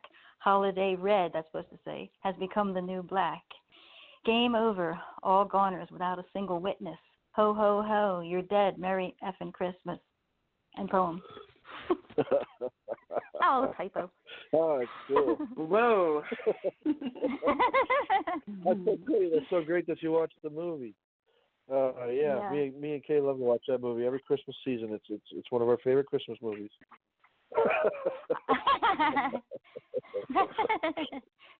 Black Christmas is your favorite movie? It's up there though. It's fun to watch. Yeah, it is fun. I love those cheesy 70s movies. I love them. Oh yeah, the old 70s slasher films are just great. They're fun to watch. They're supposed to be scary, but they're not. I find them more funny. Well, today's movies. I do too. Yeah, today's movies are too graphic. Yeah, I agree. I agree. Mm-hmm. Yeah, I agree. Mm-hmm. They don't leave anything imagination. That's why I love Silence of the Lambs. It's smart. It's scary as hell, and it's not really that bad. It's one of my favorites. Yeah. I have never watched that movie. I won't watch it. Oh, it's so good. Well, I don't want to see an insane man eating people. That doesn't sound good entertaining to me. You don't see him eating anybody. That's the good news. Well, I know, but you know what he's doing, and he does such a great job playing that character. He does it a little too well. Oh, he does. Oh, yeah, I love it. He can do anything. He's an incredible actor. Yeah. One of the best roles in history, in my opinion. But yeah. Did you know? Have you ever noticed in the whole movie when they're focused on him, he never blinks? Never noticed that. Yes. Yeah. If you watch that movie, he never blinks. He said he did that on purpose to make his character even more intense. Wow, that's dedication. Because you have to when you breathe. That's really freaky. Yeah. Yeah, I haven't seen that movie in a while. We'll have to watch it again. Yeah, and of course, just to throw this out there, that Buffalo Bill, the killer in that movie, of course, he was loosely based on Ed Gein. Once again, got to bring Ed Gein into it. I know, right? Can't get away from that. That's trippy. I didn't know that. Yep. Yeah. Well, yeah, I love this, Boo. You sum up the movie the way that you do best. I love some of the lines. A lunatic on the phone. Where's it at? Perhaps sexuality will put him to rest so he won't bury a knife in my chest. Then again, why didn't I answer the phone? Yeah, that's one of the parts that Kay really focused on, is that those prank phone calls, the way he changed his voice back and forth between sounding like a baby, sounding like a child, sounding like his mother, and sounding like a demon at sometimes. Yeah. He was definitely cuckoo. Well, he definitely has a break of the spicy. That's what he had. You know what movies just freak me out? Play Misty for me. Remember when you said that? Play Misty for me. Oh. Clint Eastwood. Oh, yeah. That Yes. Yes. Love that movie. I like the way he finally punched her out, though. That was good. Yeah. I like that. Man, he just laid her out. Uh-huh. Man, you're not going to kill me.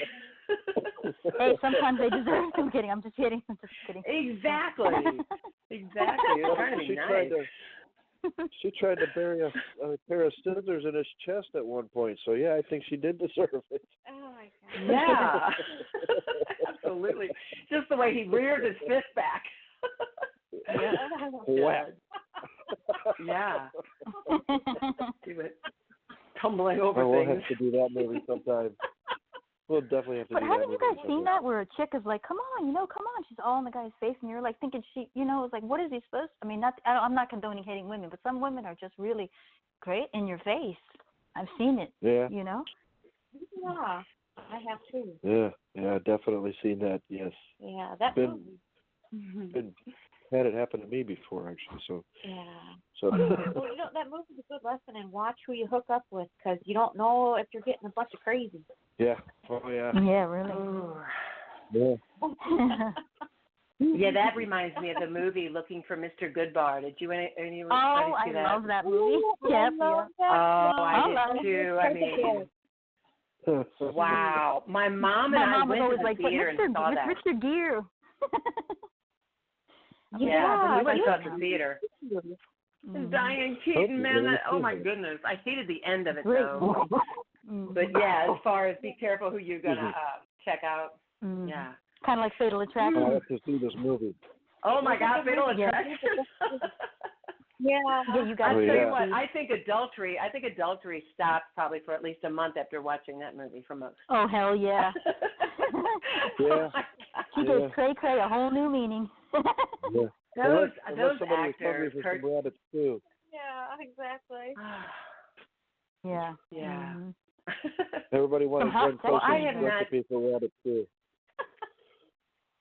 I have not seen this movie Black Christmas, so I can only say that, as always, you write excellent, and you only did this, 25 minutes ago.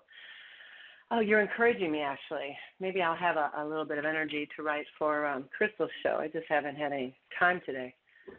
Yeah, did you get your Santa? No, because I had the baby all day, so I didn't think I'd have time. But okay. I may see. I just don't want to promise. I'm feeling kind of tired. Yeah, I guess it depends who you get to, how well you know them. That's true. That is true. Yeah. But Boo, you always put your own special style to all of your work, and we always know it's you. And just the rhyme. I mean, you have your own style, and everybody loves it. So thank you. It kind of gives me the creeps, because I don't really like these slasher movies. I really don't watch them, Deep but down, I'm really like feeling. Deanne. What? Deep down, I'm really demented. I'm demented deep down. Yeah, I don't like any of those. They really scare me. Now I've gotten a little better because I know it's all acting and stuff, but now I'm starting to laugh at them. They are. They're more funny. Yeah. Yeah, I never watched what was that Friday the 13th. I never watched any of those movies. I never watched those. Good. No, I just don't. I don't want to be afraid. I don't want to be creeped out.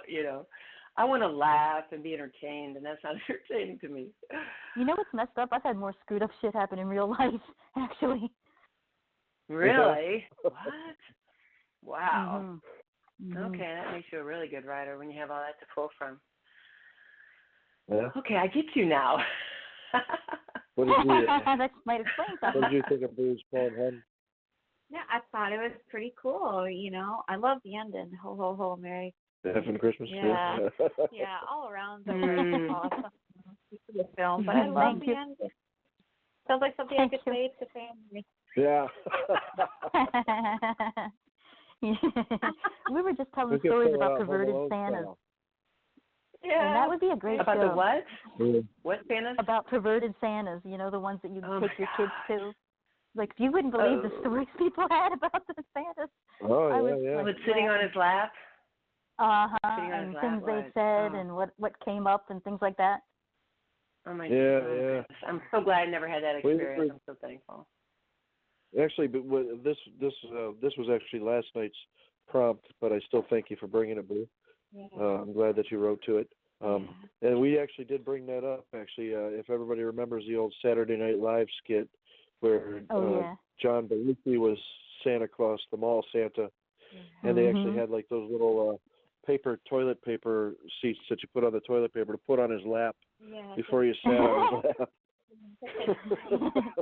That was funny. I remember that. Well, they call it Sandy Santa, I think they called it. Yeah. Sandy Santa. Yeah, you got to see the Good Bar, Steve. Put it on your list. I will. I'll have to check that out. All right. You want to bring in? Well, we did read the gold, and we read the silver from the contest, and our bronze winner just happens to be here. So, Deanne, would you like to read the poem for us? Yes, thank you so much for the honor of bronze. I really appreciate that. Anyway, the quote I chose was, "Money can't buy a happy life or a peaceful death." And I love the pictures I was able to find. I thought, how perfect. All over the world. Money, money, money.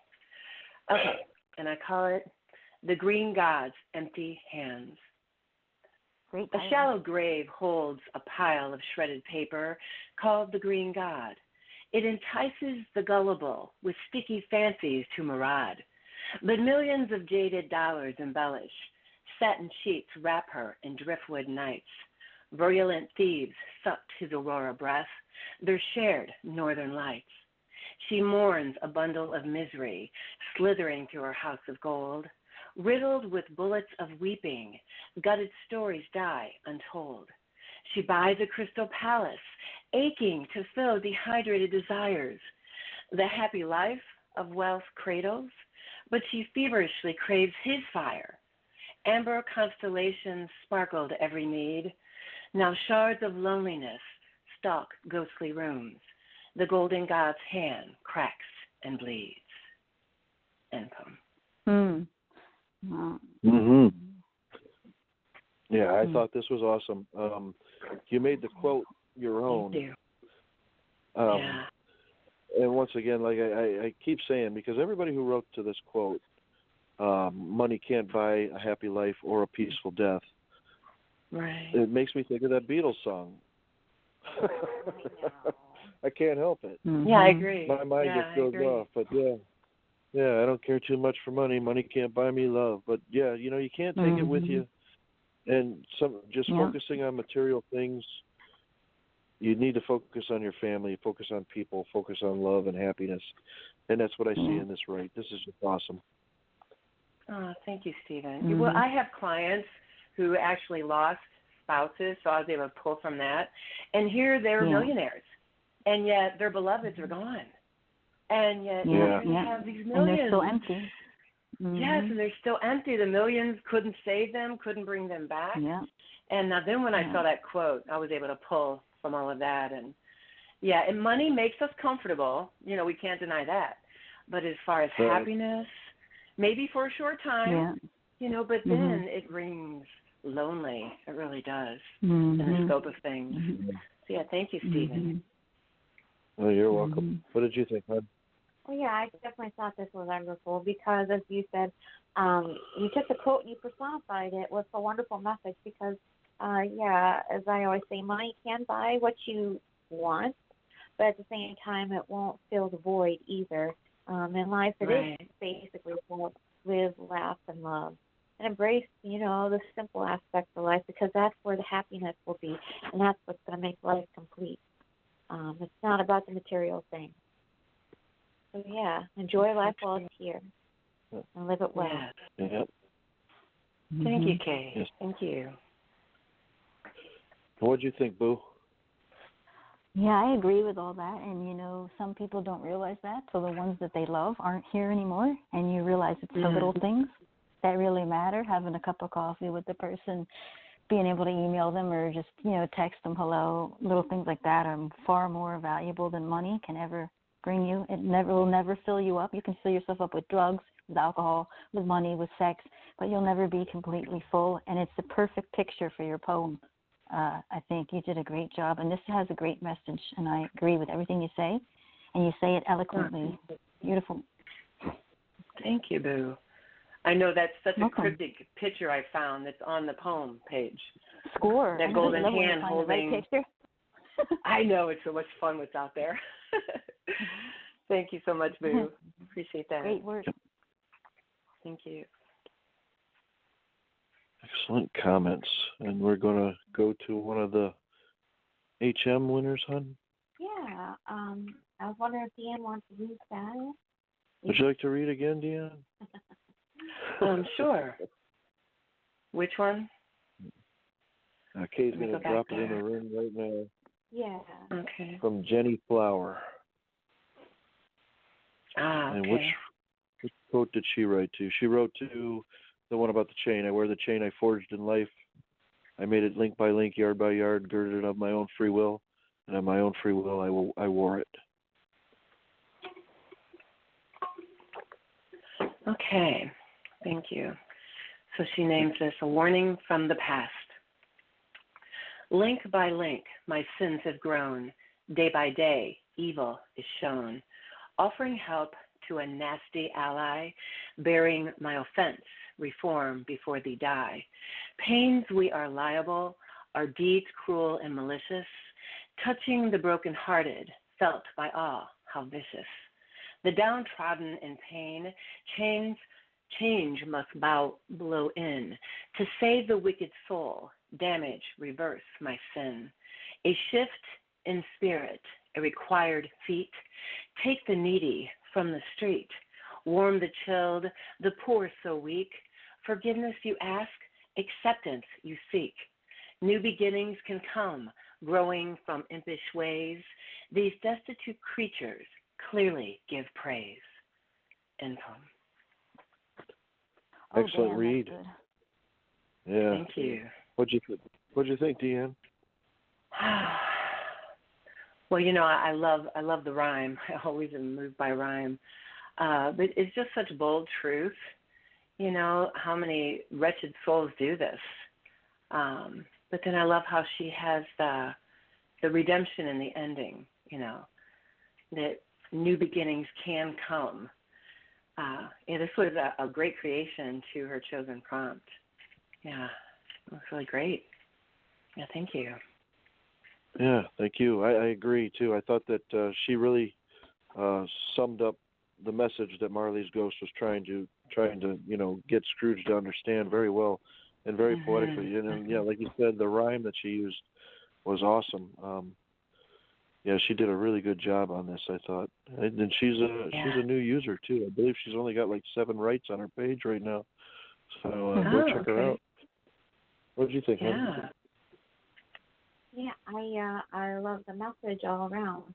I like the end of the poem. It talks about warm the chills, forth a week, forgiveness you ask, acceptance you seek, and new beginnings can come, drawn from impish ways. That's very true because, this is something we were talking about earlier about how the ghost of Marley, he was trying to get Scrooge to change his ways before it was too late. There's always time in life. Even if you feel that, you're running out of time, there still is time to make change. Mm-hmm. So if you can, embrace it. Yeah. Yes, indeed. And what did you think, Boo? I love this. I think this reads like a prayer. kind of. And the way that it's written, the way that it's formatted, and I agree with Kay. First of all, it's one of my favorite words, downtrodden. I just love it. And I love how, it's true, new beginnings can come and clearly give praise. It's never too late to change your ways or to change somebody's life with kindness. And I love the message here. It's beautiful. It's a really great job. And it reads so prayer-like to me. I love it. Yeah, I didn't catch that before, but you're right, it does. Oh, how? Well, it reads kind of like a prayer. Oh, yeah. I didn't catch that. Yeah, very cool. It does. Yeah. All right. What did you want to do next, hon? Okay, well, we have, I believe, one more. Let me refresh my page just to make sure I'm looking at that right. And I will read that one because I was asked to read that one. Okay.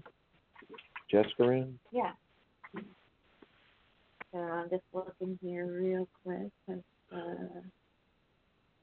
Yeah, okay. That. Yeah, the only one left that we can do is Jascaran, and then we are out of here. All right, let me grab that. Oops, wrong button. I hate when I press the wrong button. Oh, hold on. I've got a caller. Hello? 305. That's Raz. Oh, that's Me, Raz. Hey, Raz. Yeah, I thought I'd call in because there's some latest American news on all of our history. Donald Trump's been impeached officially by the Senate just like 5 minutes past. No way. You mean the Congress? Are you serious? It's really finally gone on after the whole television trial for like 2 years. I mean, they just came with the whole decision that they're going to impeach him completely, that it's done. No. Wow. Oh, now maybe you can get some work has done. fallen. Our reality TV show president. And in a sense, isn't he like Scrooge to take it for granted Christmas after all life had given him?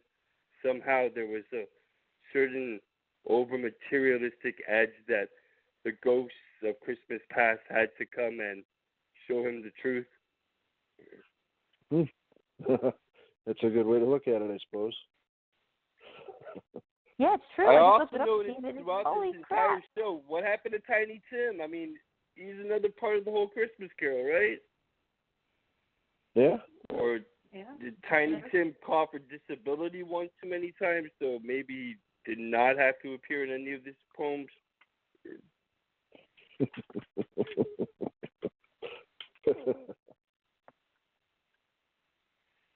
Wow, the third president only ever. That's something else. Yeah. Now maybe they'll leave him alone so he can get some work done. Yeah, maybe. Yeah, he's probably glad. They've been wasting so much of our tax dollars. Oh my God! When you said they've done nothing for us, the Congress, they've done nothing for the people, nothing for the country. Oh, don't get me started.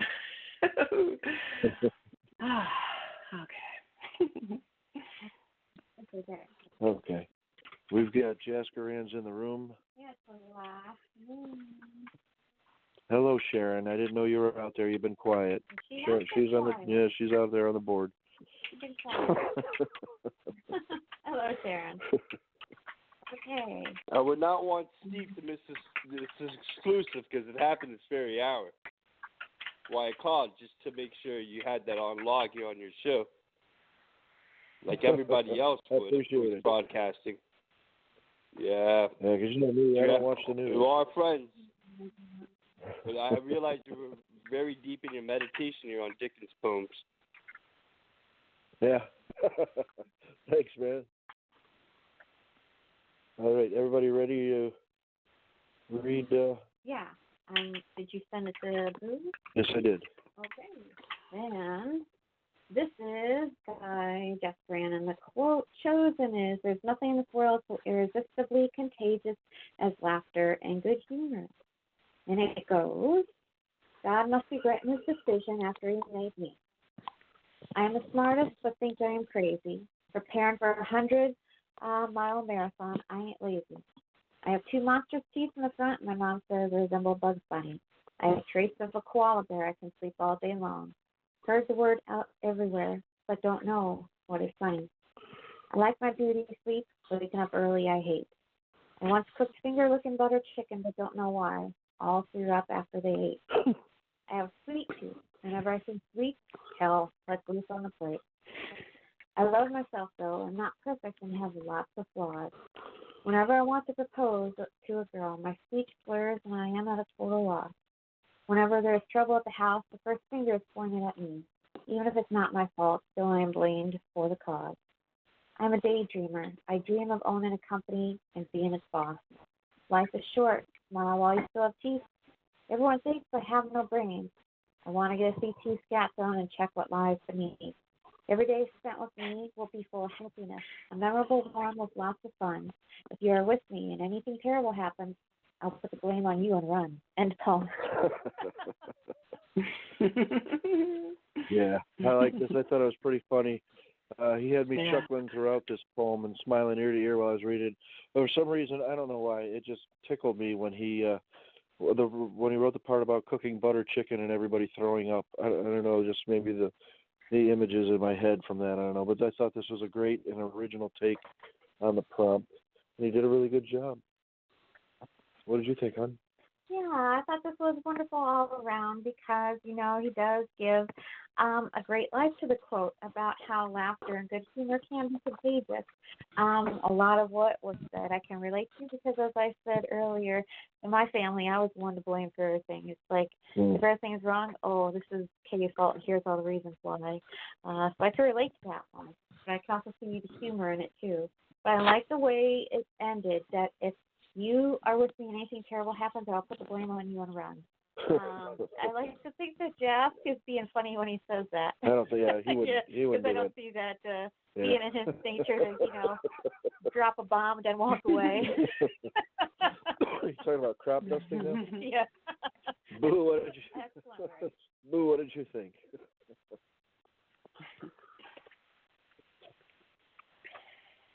Me? Is she still there? Is Boo still there? Lou? Unless she's being silent. Maybe she's muted? I haven't yes, seen your phone. Oh, me? Okay. Yeah, go ahead. Yeah, this was really... Blue. Is Boo back? No, well, I don't know. She's here, but quiet. Okay. All right, well, I'll comment. Thanks. It's just really fun and funny, and you can't help but giggle at every line. I'm looking at this one. I like my beauty sleep, waking up early, I hate. I once cooked finger-licking butter chicken, but don't know why they all threw up after they ate. Yeah. that is really, he's just really a very comical writer. I didn't realize that. He did it well. Yeah, really great take on the prompt. Awesome comment. Raz, what did you think of the poem? It was a hilarious piece, but the actual title, that God's going to regret me for the fact that I was ever born, this is some bad mofo right here. Why you have that very thought is someone like Jerry Mathers from Dennis the Menace, or someone who eventually is going to hurt people and not know, like even, what do you know, the President Donald Trump. That what Dickens is conveying is a man who believes he is that much more full of power than our very Lord, that there would be that real regret. And if it's not out of vanity, then one would have to be suspicious if they could actually make do of those quotable words by Dickens. Well, I think the title was a play on words. Yeah, it was a play on words. I think it was totally. It was a play on words. Jeff Grant's a great writer. We shouldn't take it too seriously because it was a fun write. Yeah, he just meant it all in humor. Mm-hmm. Yeah. Mm-hmm. But otherwise, you have your typical person here who's going through a midlife crisis, and maybe they kind of just don't understand why God left him in a state of ridicule. And for that kind of humility, it would seem that otherwise certain individuals would want retribution, but in the end their hearts are too kind and good, like the Lord, in order to make due on the threat. Well, what do you think about Jeffrey and Grace? This is taking things literally, not outside of the fact that it is a humorous piece. The title. Well, yeah, I know, but I just want to say we should be considerate of the people who take part of the show, because you never know if a comment made can hurt that person's feelings. So we should be respectful of what's being said to the people that we comment on. That's all I'm asking. Yeah. Hey, Kay and Steve, I'm going to go ahead. I'm going to go ahead and take off now. Kay and Steve. Oh, okay. Okay. Sounds good. Maybe we'll I see just you got over a name, at, so I just got a name, so I'm going to be busy writing and see if I can get it done before their show is over. Okay. All right, it was great sharing the airwaves with you always. Great show. Thanks again for the inspiration to write. Okay. All right, Good night, guys. Thank you for calling. Good night. Bye-bye now. Bye. Okay, so we should move forward and we should make announcements because that was the last one. Did Raz, did you bring a poem to Dickens? I did have one poem that I wrote recently, and I would not mind repeating on the show off the hand if you don't mind. It's a new piece called Marriage. Need to be sure. Yeah, hold on one second. Well, hold on a second. We got to grab it. You can see it on my profile, and it's literally on that. Yeah, I'm going there right now. Why I feel this would be relevant is because Dickens only discussed mature subject matter while writing his novels, including different marriages throughout all his character developments. I'm trying to get there. My phone is acting up. Matrimony. Hang on, I got to drop it in the room real quick. Yeah. You can either have it in Vegas, Reno, or the real thing where you invite your friends.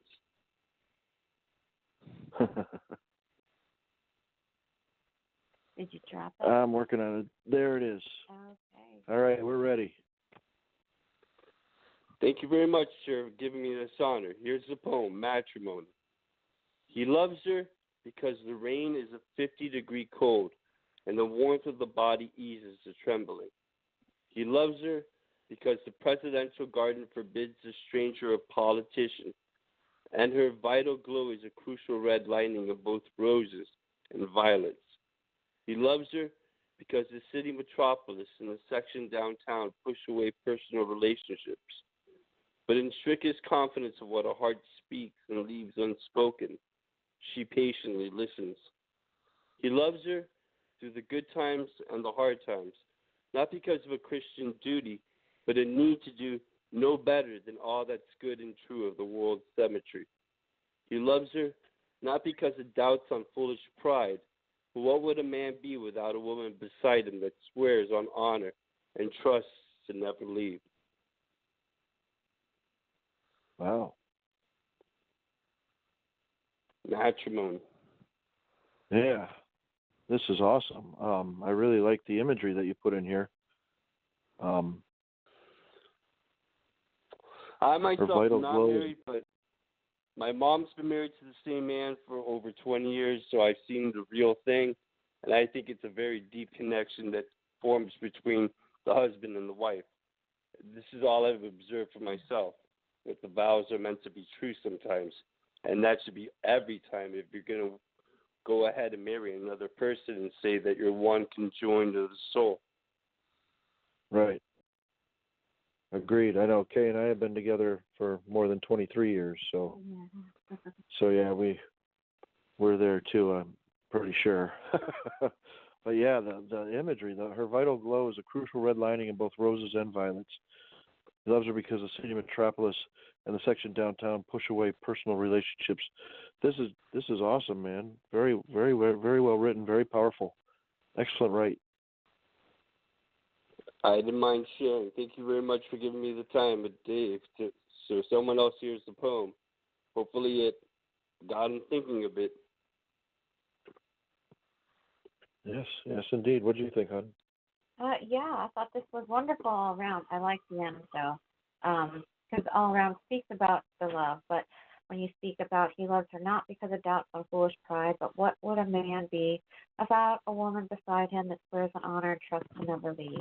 That itself speaks of the depth of marriage because we've definitely been through our own ups and downs, and they were pretty big, the downs. Yes. And they are ones that would have broken up many relationships. But somehow we came out on the other end. You seem like an extremely strong couple. Why I thought maybe this time I would not be on Kay's radar of saying the wrong thing. Oh.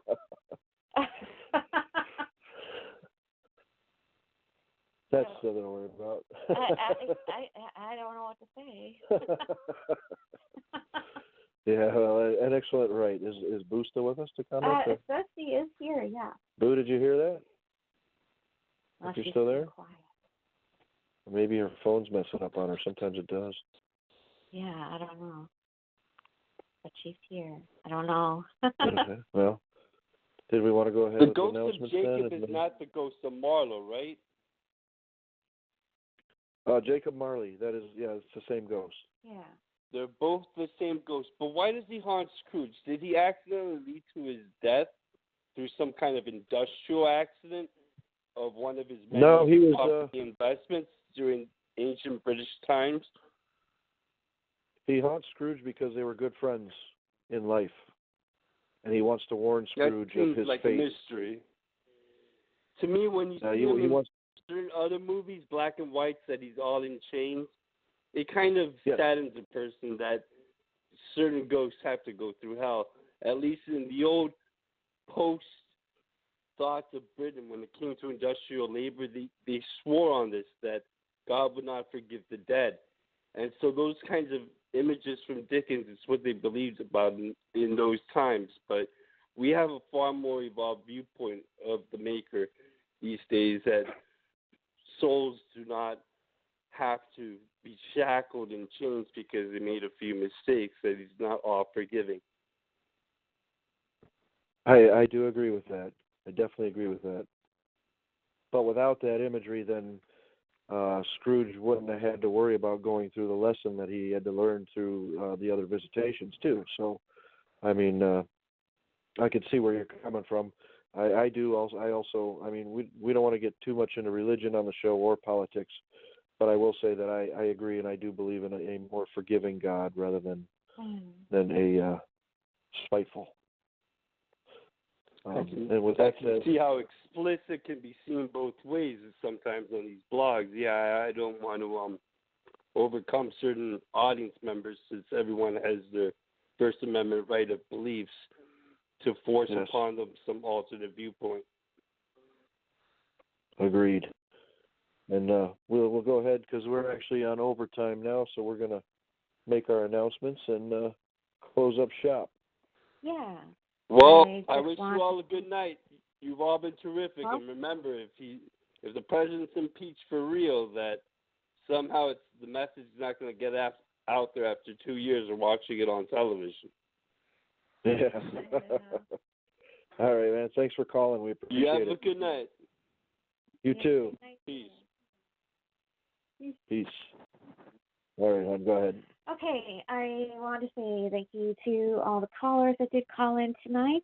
Deb, Deanne, Sweet Pea, Boo, and Raz. And, of course, people who dropped right for tonight from our contest, T. Perry 898, Chris Yellow, Bill the Poet, Deanne, and Jennifer Flower, and Jeff Grant. And then, of course, our callers who also shared a right was Deb, Deanne, Joseph Moon, he shared, but he wasn't in the contest. And, of course, did I get everybody else? I think you did. Okay, yeah. So, yeah, I just want to say thank you for everybody tonight who did call in, was on the board. Sharon is on the board. I'm not sure if she still is there, but give a shout-out to SLR 8313 as she was there. And I just want to say thank you to everybody who called in, participated, was on the board. and shared for tonight. And did you want to give a rundown of the show for this week and next week? Tomorrow night at 7 p.m. Eastern is our show, The Movement of Sound, and we are going to be talking about classic Christmas songs, not going way far as back as the songs that you're hearing tonight, because the songs you're hearing tonight were being theme songs for older black and white movies, but talking about like Dean Martin singing Christmas songs, Elvis Presley, Bing Crosby, Nat King Cole, the classics of our youth, the ones that we grew up kind of listening to. My grandmother even had this album called The 12 Hits of Christmas. Yeah. It had those songs on there. It had Gene Autry singing Rudolph the Red-Nosed Reindeer, probably the most famous version of that song. You know, that kind of thing. So we're going to be talking about that and reading poems that were influenced by those songs. Exactly. And Saturday night, we're going to make it a fun Christmas night. Our prompts come from funny Christmas movies, Christmas Vacation, A Christmas Story, Scrooged. You bring that up? Well, I mean, I do have some quotes to it, but you don't have to stick with it. And you can even pick your own funny Christmas movie, because there's plenty out there. Christmas with the Cranks is a funny movie. All right, quotes that I took from Christmas Vacation. If I woke up with my head sewn to the carpet, I wouldn't be more surprised. Second one is, it's Christmas and we're all in misery. And the third one is, hey, Griswold, where do you think you're going to put a tree that big? Bend over and I'll show you. Perfect. Then A Christmas Story. The quotes that I took from that, of course, had to be, you'll shoot your eye out. Second one, Schwartz created a slight breach of etiquette by skipping the triple dare and going right for the throat. And number 6 is, we all knew, we knew darn well it was better to not get caught. All right, my eyes were going a little bit. I know. Quotes from Scrooged. The bitch hit me with a toaster. And then Carol Kane saying, sometimes you have to slap them in the face to get their attention. Yeah. And the 9th one is, that's a really nice attitude to have on Christmas Eve. That's right after he said, scrape them off, Claire. Yeah, I know. If you want to save someone, save yourself. Exactly. Yeah, so that's going to be Saturday. Next Tuesday on Christmas Eve, the time is still yet to be announced. We're just going to do some open holiday poetry, just have some fun on Christmas Eve. Yeah, Mortuary Shadows won't be next Tuesday. Yeah, no Mortuary of Shadows next Tuesday, nor the Tuesday after, as that's New Year's Eve. So Mortuary is taking a little bit of a hiatus. No, it's not taking a hiatus. It's taken because of holidays. Well, it's taking a vacation. I thought we were going to do it 2 weeks from now, because New Year's Eve is just New Year's Eve in my eyes. I didn't think we were doing that. Well, we still have show Tuesday. Well, we'll talk about it. We'll do it to show on New Year's Eve. I just didn't think we were going to do Mortuary. Well, yeah. Well, we'll let you know what we come up with for that. We'll New figure Year's something. is not that big of a deal for me. We'll see. All right, and Inklings is also taking a little vacation, because we won't be doing any shows on Wednesday, since next Wednesday is Christmas, and the Wednesday after that is New Year's Day. Yeah, so Poetic Inklings will be back in 2 weeks. Yep, next year. Next Thursday, though, we will be talking about the song from Dan Fogelberg, Another Old Lang Syne, as we're closing in on New Year's. So we're going to have people write to that song. A bit of a melancholy song, but still a very good song. Yeah. I'm also looking for, if anybody wants to share New Year's stories, good or bad. Yeah. Because we've all had those New Years Right, that were memorable. See, that's what I thought we'd do on New Year's Eve. Yeah, well, we'll figure it out. Yeah. Okay. And then next Saturday, we're going to be looking at the movie called 200 Cigarettes, as that is a movie that took place on New Year's Eve. Yeah. Then we'll have some quotes to write too from that as well. Yeah. And that's what we got for you. Yeah. So we're going to close you out with another classic song from, I believe, 1921. From what's the group, hon? Well, it's a quartet, isn't it? Am I right? We opened with Hark the Herald. Yes. So this is from the Collegiate Choir in 1920, and it is Joy to the World. And this one, I believe, was the end titles from the Reginald Owen version of A Christmas Carol. Okay, you ready for me to hit it? Hit it. Okay, here I go. Listen to that vinyl.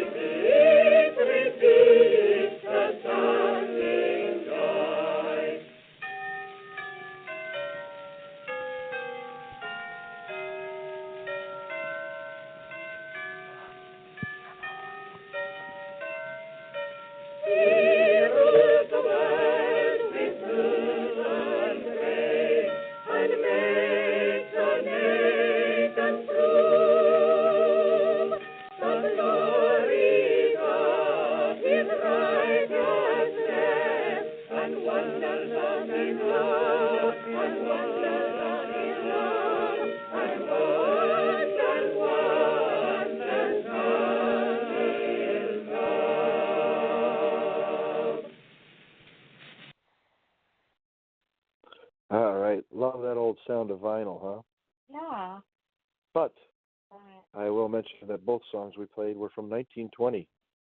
Yeah. And recorded in 1920. So you know what that makes them? Public domain. Public domain. Indeed. Yeah, I know. All right. So that's it for tonight. And we'll see you all tomorrow night. Yeah, tomorrow at 7. Yep. 7 p.m. Eastern. Be Yep. there or be square. We're going to hear some rights to my good friend. Okay, he's not my good friend. But I like Dean Martin. I know. I still have to get in gear with mine. I know what I want to do. I just got to get to it. All right. Good night, everybody. Good night, everybody. See you tomorrow. Happy holidays.